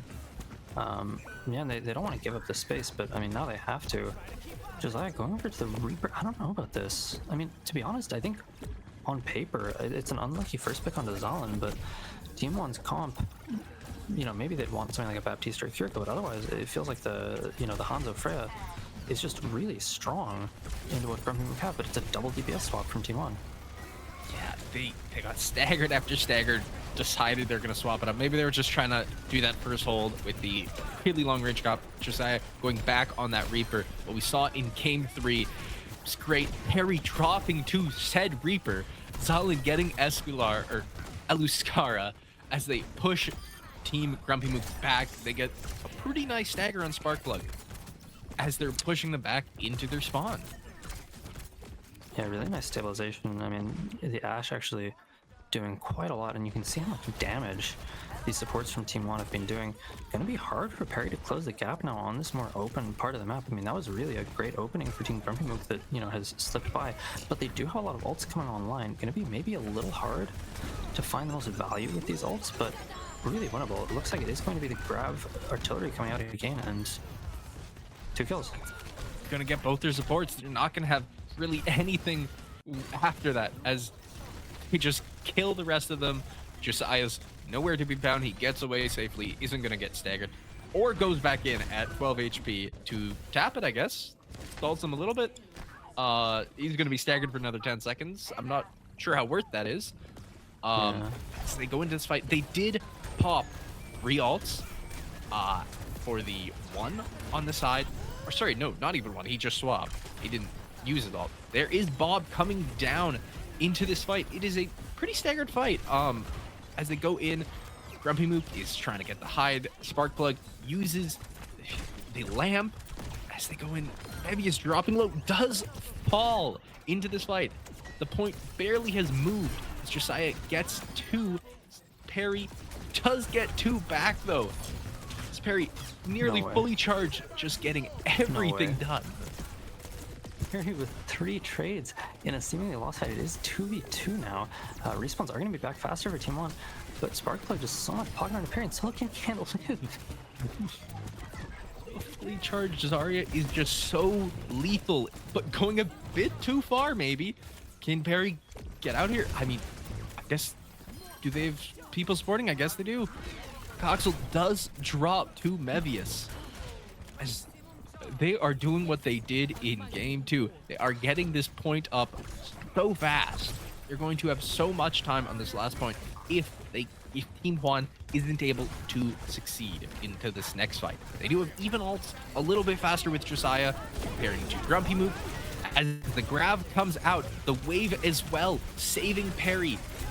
Sorry, saving Solo Kid as they keep going. Alari pops the ult. The beat is dropped. Every ult has been popped in this fight as it goes 4 for 1 for Team GrumpyMook as they get point going into the final payload. Yeah, I mean, really fantastic beat from Eluskara. Perfectly timed. It could have been really scary if that beat was just a little bit later. A bit of read from GrumpyMook, but it's not going to matter too much. I'm just going to let Team Juan take back a bit of early space. Solokin mirroring the Zarya now.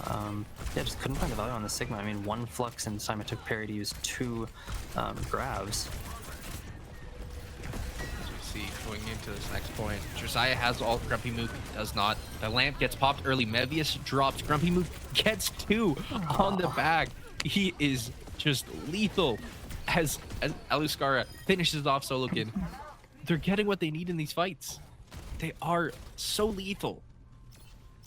Yeah, and just the ult economy, like Deniska swapping over to the Sim, Josiah swapped over to the Bastion earlier, but it means we haven't really seen anything much happening with the DPS ults from Team Juan so far. And meanwhile, GrumpyMook, they're just cycling their ults so well. They're 3 on card this whole time. They have 2.5 minutes. Can Team Juan, and is not what you want to see when they go in. As they get Josiah. Mevius is traded out.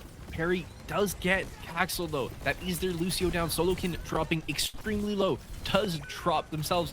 As I don't even know if they're going to get a tap here. They're going to do what they can. Wuyong pops the ult on the Symmetra. Gets the Zarya, which is a great pick. Josiah as well on the Cassidy. Pops another. They defend this point. Will they be able to pull what they did in game 2? Will they be able to have the 5-minute hold? It's only 2 minutes this time. They can do they can do a lot more, and they are still in this defense. Yeah, it's a really great clutch from Deniska there.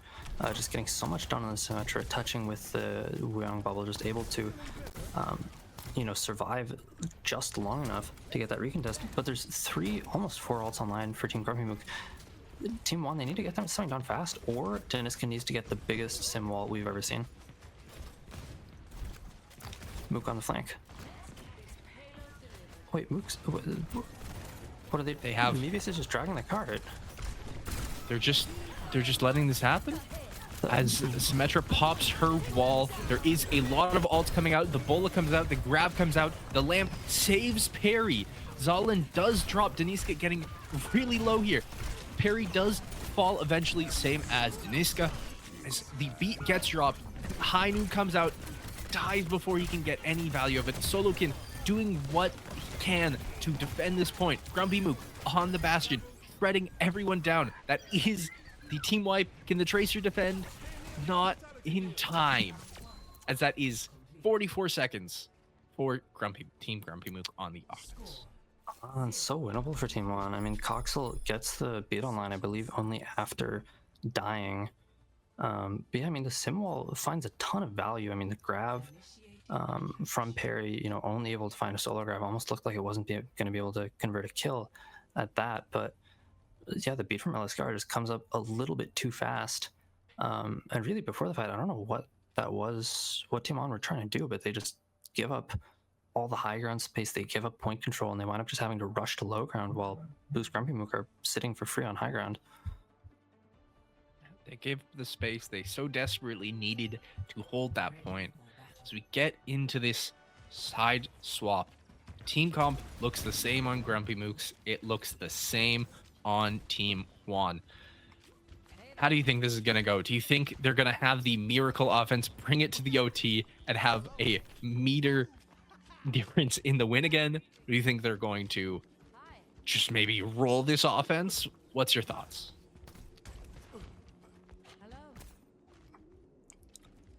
It's hard to say, but I do just feel like on this comp, BoostGrumpyMook have just looked, they've just looked strong, and it's going to be, I think, even harder on the offense for Team Juan to, you know, make things happen here. This is the comp. This is the comp they won the first 2 games with. This is what we were talking about before. We didn't like them matching. As Symmetra gets them into the back, Lucio does drop. Josiah gets the final hit. GrumpyMook dropping as well. What a quick turnaround for the fight. This Symmetra is what they need. It is the comp difference. The lamp pops, saving Sparkplug. Jumps up, does fall to Josiah. It's Mevius low, trying to save Perry, but they just get this push so fast. Perry will survive, will find a kill on a Coxaloo on that is going to be, that's really huge from Perry surviving, finding that late trade. That's going to stop the snowball, but really nice play from Deniska, just aggressive, finding so much space. But now that we're up to the arch, it's going to be a little bit harder.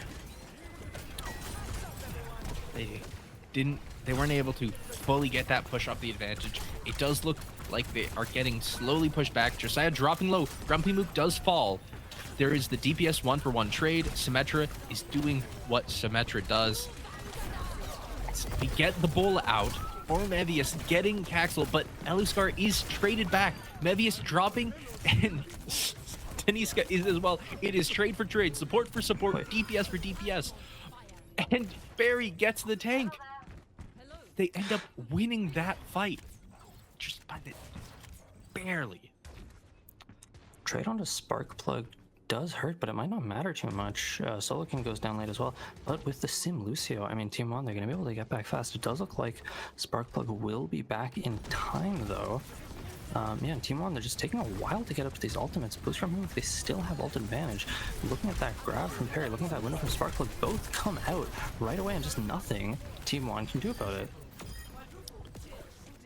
That is for Zolin running away, Wuyong sliding, using that water, and just getting out. As, I mean, in there, at least for them, that is 2 ults that are gone. It's only going to be the beat and the artillery for this next fight, it looks like, while they have 3, almost 4 with the Zarya. Should be their fight to win. Yeah, I mean, you see Team GrumpyMook, they want to hold up close, but it's hard against the Sim. Wall comes up from Deniska, really massive value. Mook gonna have such a hard time living, does live. Lamp is really great from Sparkplug. Deadite comes out now. So far, no kills on either side, so many low health bars, and it will be Perry going down. Beat and Bola, who GrumpyMook think they can win this. Beat comes out from Coxel as well. It's a 4v4, but Team Juan, they have tank advantage. Josiah and Mevius duking it out. Mevius finds the kill, but in the meantime, his whole team has gone down around him, and Team Juan, they do manage to make it out really close, though. They got that tab at the start of the fight. There is no delay. They get so much from that fight. Not only do they get space up front with Wuyong doing what Wuyong does. Zolin really loves to play up front with this Wuyong, but they get so much space. They get this point pushing, and they don't have to fight all the way on the ground in this next fight. On the you ground get the from grab Solokin is massive. coming out. Comes out. The lamp saves them, but 2 drop. Josiah is the trade. Sparkplug drops. Eluscar and GrumpyMook are too low. They aren't going to do anything. They immediately get this point from capture from checkpoint 1 to checkpoint 2. They have so much time for this next final push. It is 4 minutes. Can they make this work? Or will GrumpyMook have the same hold in game 1? And it all comes back to that decision by GrumpyMook, you know, Mevius and Eluscar deciding to invest ults at the end of point 1. Losing that fight, you just lose your ult economy. Such a rough snowball on to point 2 with the late deaths and with nothing to answer the grab. And now the snowball just continues further. Team 1 just pushing and pushing, and it boosts GrumpyMook. They're maybe only going to get one more fight if they lose next fight. This momentum Team Juan has had on these offensive pushes, they have been just so clean, getting exactly what they need, picking exactly who they want. Symmetra pops the wall up top alone, TPs around, trying to live, does not. Unfortunately, her team is just not with her as Sparkplug takes her out. So we go down into the depths of this fight. Solokin does live barely. Unfortunately, not for long. Josiah drops as well. Zolin got 1, but it is not the trades you want to see. They do now have 5 ults to almost 3. This is going to be a hard one for Team Juan. Yeah, I mean, we've seen Team GrumpyMook have poor ult economy at some points. They're really going to need to use these ultimates wisely. If they blow them all, Team Juan have plenty of time in the bank to just push back with an ult advantage. It looks like they are layering in 2 ults. Sparkplug is the one to go down, though. And with the grab artillery, no kills. Young, tries to get the wave in. GrumpyMook and Mevius just get to the bola goes huge. They had to pop 3 ults for this. They did trade out 2. So it isn't really that bad for Team GrumpyMook. They still have 2 ults to the beat drop. And, I mean, they're still in this. They've taken the time in half. And it's looking rough for Team Juan. They really need to win a fight here. A fight wins them the game. But will they be able to get it out? Just a bit overzealous from Team Juan. I mean, they didn't need to keep pushing there. They had the advantage, but they pushed. They invest tools to do it, and they're the only ones who die. Early window from Sparkplug. Going to be a kill onto Josiah, and we're going to have to see. If Team Juan can't reset quickly and cleanly, it does look like they are going to make it out, but if not, then, I mean, they're just bleeding away at their time bank. They're really not taking these fights very quickly or very efficiently. It's quite the early window. He's going to start charging it up right away, but that is now the ult advantage for Team Juan as GrumpyMook goes in, seeing what they can do. They are pushing them out. If they get these staggers here, that is huge, but GrumpyMook is the one to fall. Too much pushing. We are going too far. The lamp saves Perry, is able to live, heal up, and get out, but Mevius falls as well. They are able to get both DPS and able to get the push. This is meters away, and they get it. Nobody was able to tap in time. The grab stops the Baptiste from touching the point as they go into the next round with quite the time. It's 20 seconds more. It's going to go to pretty much an overtime fight in this entire thing again. This is the same situation we saw last time. There is a 3-second difference to map 2 of this series. Yeah, Team GrumpyMook on the defense there, just too aggressive in that last fight. I think maybe they realized maybe that they were at an ult disadvantage, but they just push in so aggressively. They spend all their cooldowns to do it. They can't get a kill because they're up against the Symmetra and the Zarya. And ultimately they wind up, giving up all their cooldowns, giving up the position, letting Team Juan flip the map for free. And Team GrumpyMook, they don't even invest an ult into that, aggressive, like, first tempo sort of defensive fight.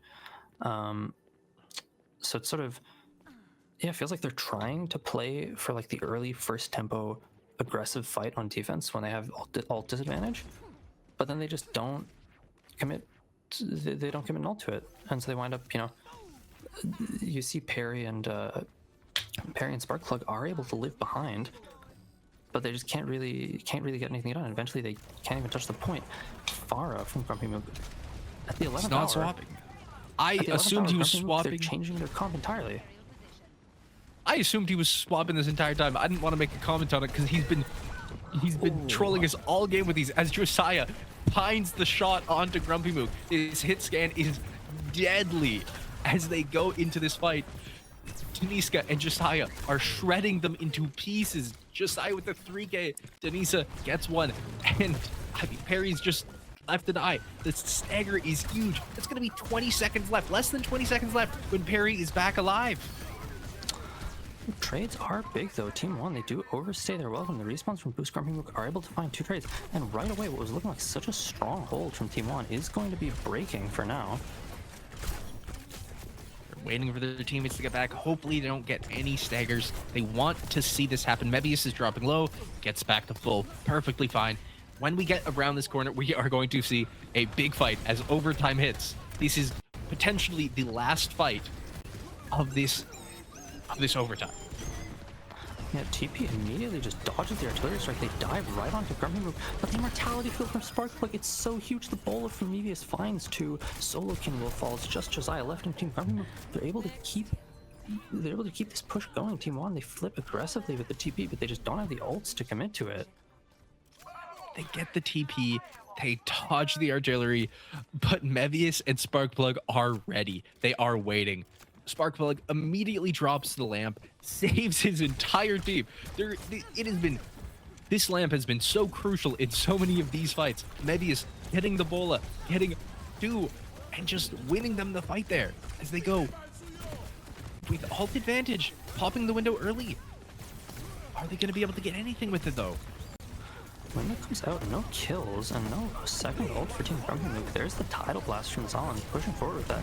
Lamp comes out, bubbles come out from Perry. There's the beat to keep following, and it looks like Team Juan, eventually their ults come online. They will be able to win this. as yeah, it is just cleanup now. So many low health bars. It takes them a while to convert those kills, but eventually they do clean it up. But Slowly but after that surely. first fight, you're really happy with that if you're BoostGrumpyMook. That's a really just a sort of unforced overextension by Team Juan. They give up 2 trades in a really advantaged situation on their defense, and then from there they just get snowballed all the way to halfway through second point. I mean, you saw at that start, they get a huge team wipe. They just stayed a little bit too long. They get picked after picked, and they lose so much ground. Will Team Juan be able to come back, show them that they are rampant on this offense? They have been doing it all series. Their offense have been lethal. Will they be able to do it again? Or will they crumble just meters away again, mirrored on map 2? Yeah, I mean, both teams, I think, at this point, they are just going to stick with what they've been playing. You're really not going to change it up now. Yeah, we saw Deniska on the Symmetra, such a really great aggressive push at the start of first point for Team Juan, but they did have a little bit of trouble snowballing that to the end of point one. It took them another couple of fights after that to get it going, so we're going to need to see just fast, decisive aggression, and they're going to need a really clean conversion off of it. On the other hand, we'll have to see if Team GrumpyMook are ready for this sim aggression. So they're not using the teleport just yet. They're getting GrumpyMook to pop the turret form early, getting bubbles down on both sides. What's their next move? Are they going to teleport in? Are they going to bum rush? They are behind them now. As I say that, bubbles are being popped. Bastion is in turret again, already a third to his point as he gets Solokin down. He is shredding. The lamp is huge. Perry gets another, and it's just going to be a decisive fight for Team GrumpyMook. On the stagger onto Zalan. I mean, Zalan will get the same respawn wave as Josiah, though, so it won't matter too much. Trade on Timivius is nice for Team 1. Team GrumpyMook can't hold as forward, but yeah, Team 1, when they saw Mook use that form early, I mean, they know that, I think they figured out that they needed to push off that advantage, but they just wait too long. The Bastion form comes back online, but it's a nice trade from Josiah that will get them back into it. Go into this, Josiah doing a lot on this Cassidy.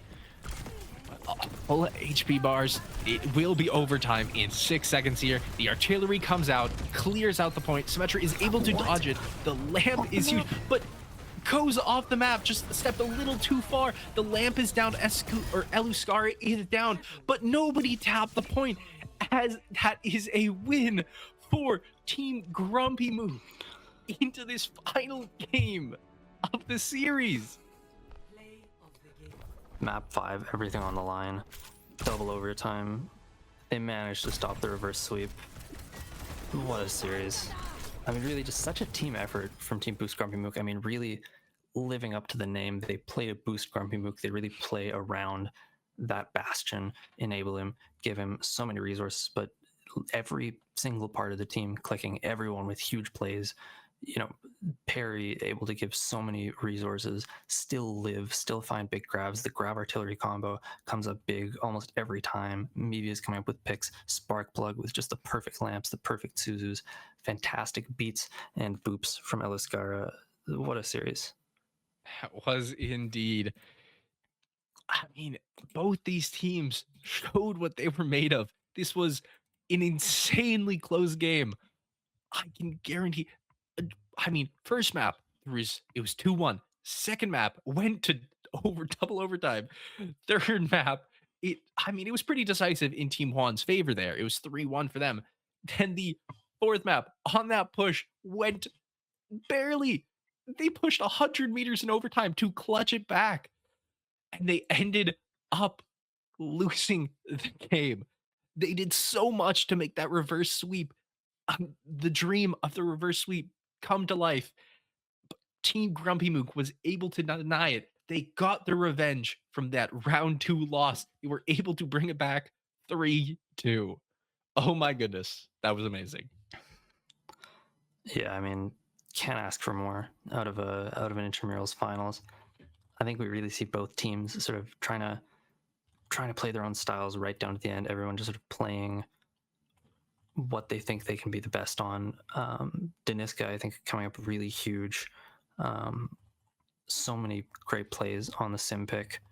Yeah, I mean, I don't think there's a player in this lobby really, who can't be happy with how they performed.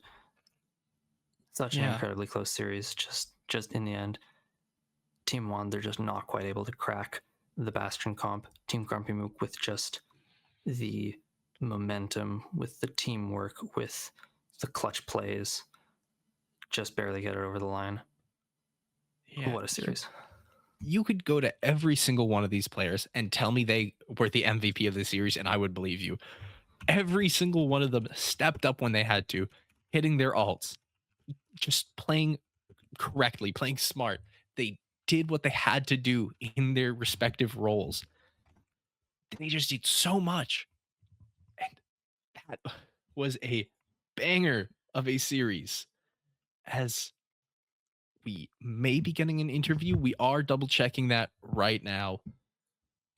Oh my goodness. Chris, what would be your pick for MVP of this series if you had to give it to one player? I think it's such a team effort. It is hard to say. I think Perry consistently getting the better of that Zarya mirror.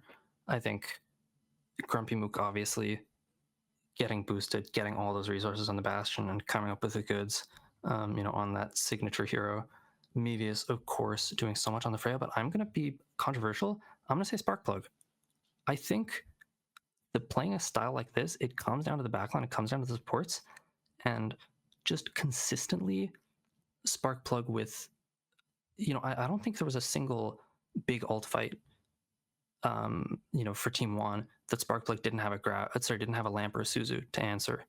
I think just so consistently they're winning it with just the greater amount of healing. They're just able to sustain, able to pocket.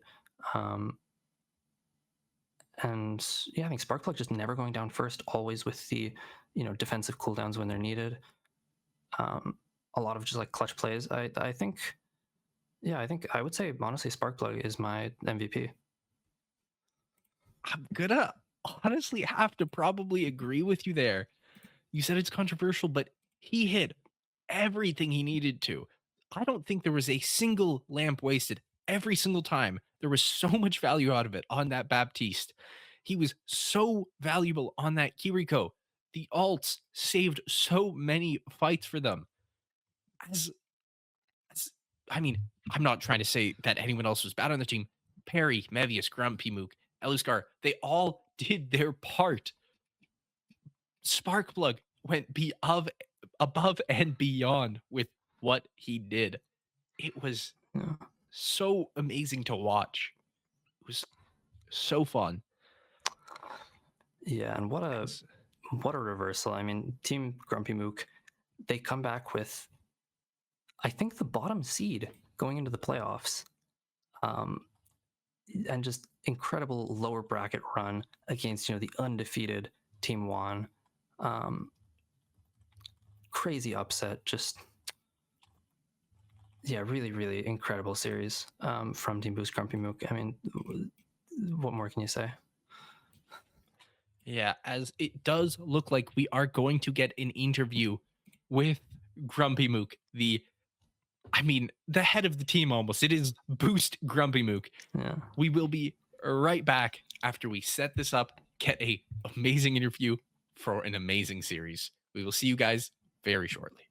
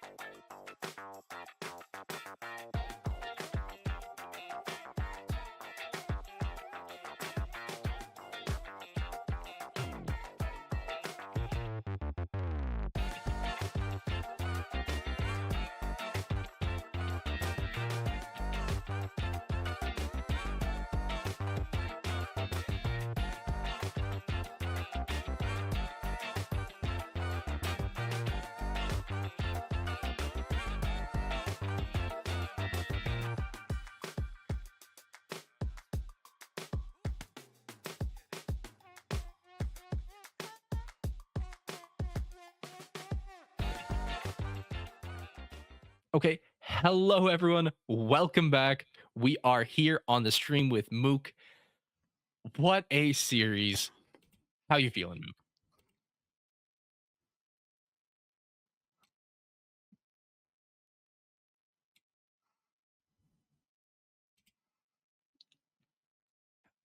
It really is. You guys won 3-2. They almost got the reverse sweep on you. Was that nerve-wracking? Oh Was yeah, that dude, it was crazy nerve-wracking. We were talking about it in Team VC on I think when it was 2-1 and we were going into like the fourth map, we were talking about it. I was saying like, dude, I don't even feel nervous, but I can definitely see it in my gameplay that I'm playing a little worse. And then everyone else is like, yeah, I feel a little bit nervous, but I think like you just really can't ask for a team with a stronger mental. So I think even when you are nervous on BoostGrumpyMook team, you just win. It doesn't matter. What a great statement. You guys earlier on in round 2 lost to Team Juan in the upper bracket, and then you went on a amazing losers bracket run. How did that feel, getting all the way back to the finals, getting your revenge on the team?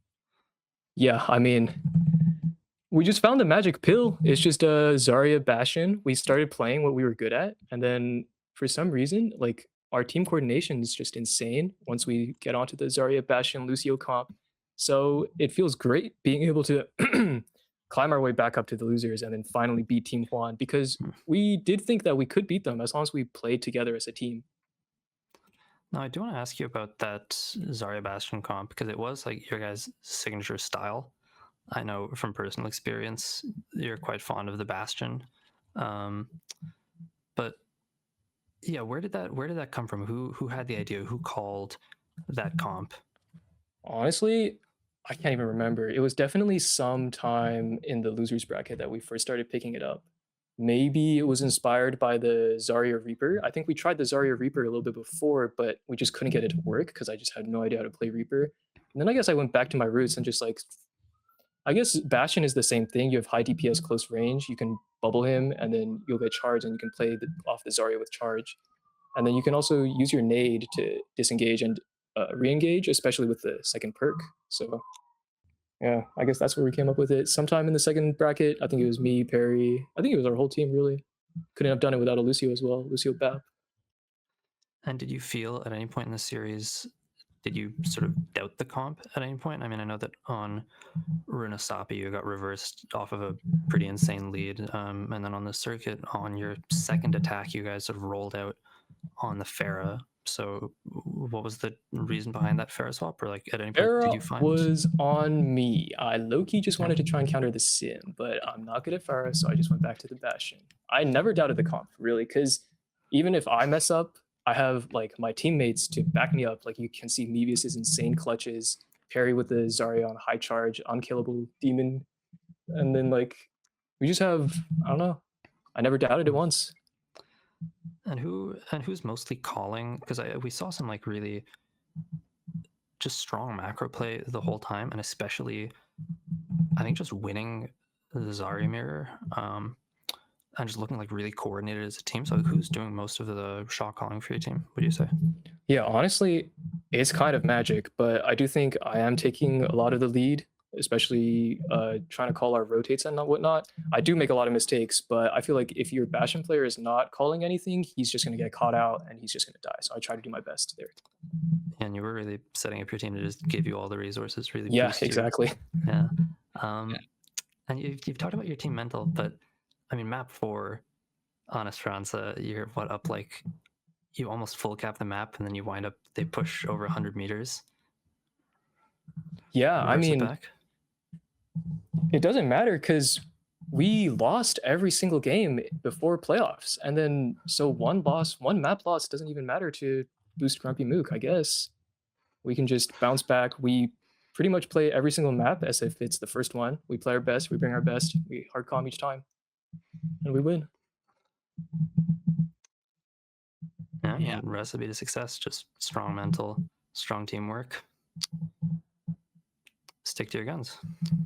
Yeah, couldn't have asked for a better team. I got to shout out my team out: Perry, Peter, Mevius, Sparkplug, and Eliscara. Like, those guys are actually goats. What a series that was. It just all around was a banger. Chris, you have any last questions for Mook here? No, I mean, honestly, I think that about, that's about all I could ask, really. All right. Thank you so much for joining the stream, Mook. Do you have any final things you want to say? I know you just shouted out your team. Anyone else you want to shout out? Anything you want to say to the audience watching at home? Anything. I mean, one last shout out to my team! Exclamation mark BoostGrumpyMook. Let's get an exclamation mark play for a marbles giveaway. Let's give away $100 of UOFT merch. Exclamation mark play to join that. I don't know. GG's. All right. Thank you. Thank you so much, Mook. As we're going to head on out. You are good to go, Mook. Thank you so much for the interview. All right. Chris, what a series that was. I'm hyped. But you want to know what else I'm hyped about? What would that be? I am hyped about BMO supporting our stream. To help you focus on what is important, BMO has a checkings and savings account. They have credit cards and borrowing options specifically designed for students. You can open a BMO student account and get up to $950 in value, including $175 in cash. With BMO's current student offers, visit bmo.com/students for details, or exclamation mark BMO in chat. BMO is Next Level is a first of its kind program dedicated to helping gamers level up in game and IRL. It's run by Sean Frame, BMO's gaming relations specialist. Never thought a bank would have that, but BMO does. Sean brings a commitment to helping viewers achieve their financial goals and has a passion for gaming as an active member of the gaming community. Follow their channels at linktree/BMO Next Level. And really huge thank you to BMO for providing the prize pool for this tournament. Team GrumpyMook, powered by BMO, they're going to walk home with $150. Team Juan, they're going to get $50 for a second place. I think both teams really earned their prizes today. And again, huge thank you to BMO for making this possible. Yeah, BMO giving the 100 out of that $150 for that first place prize. A huge thanks out once again. The MVP, who has not been decided yet, will also get an additional $10 bonus. The entire intramurals MVP, not just for the finals. It's the entire thing. Whoever is decided as the MVP will get that extra bonus. What a banger. I can't wait for next season. Yeah, it's going to be fun. Next semester, we'll be running another intramurals tournament. So it's going to be who knows? Maybe your chance to win a nail biter map 5 over to, reverse sweep in the grand final. Yeah, we'll just have to wait and see. But for now, it's been a really incredible series to close off an incredible semester of intramurals. For UOFT, I've been Chris. Joining me has been Zdroid. Good night. Thank you so much, everyone. Have a great night.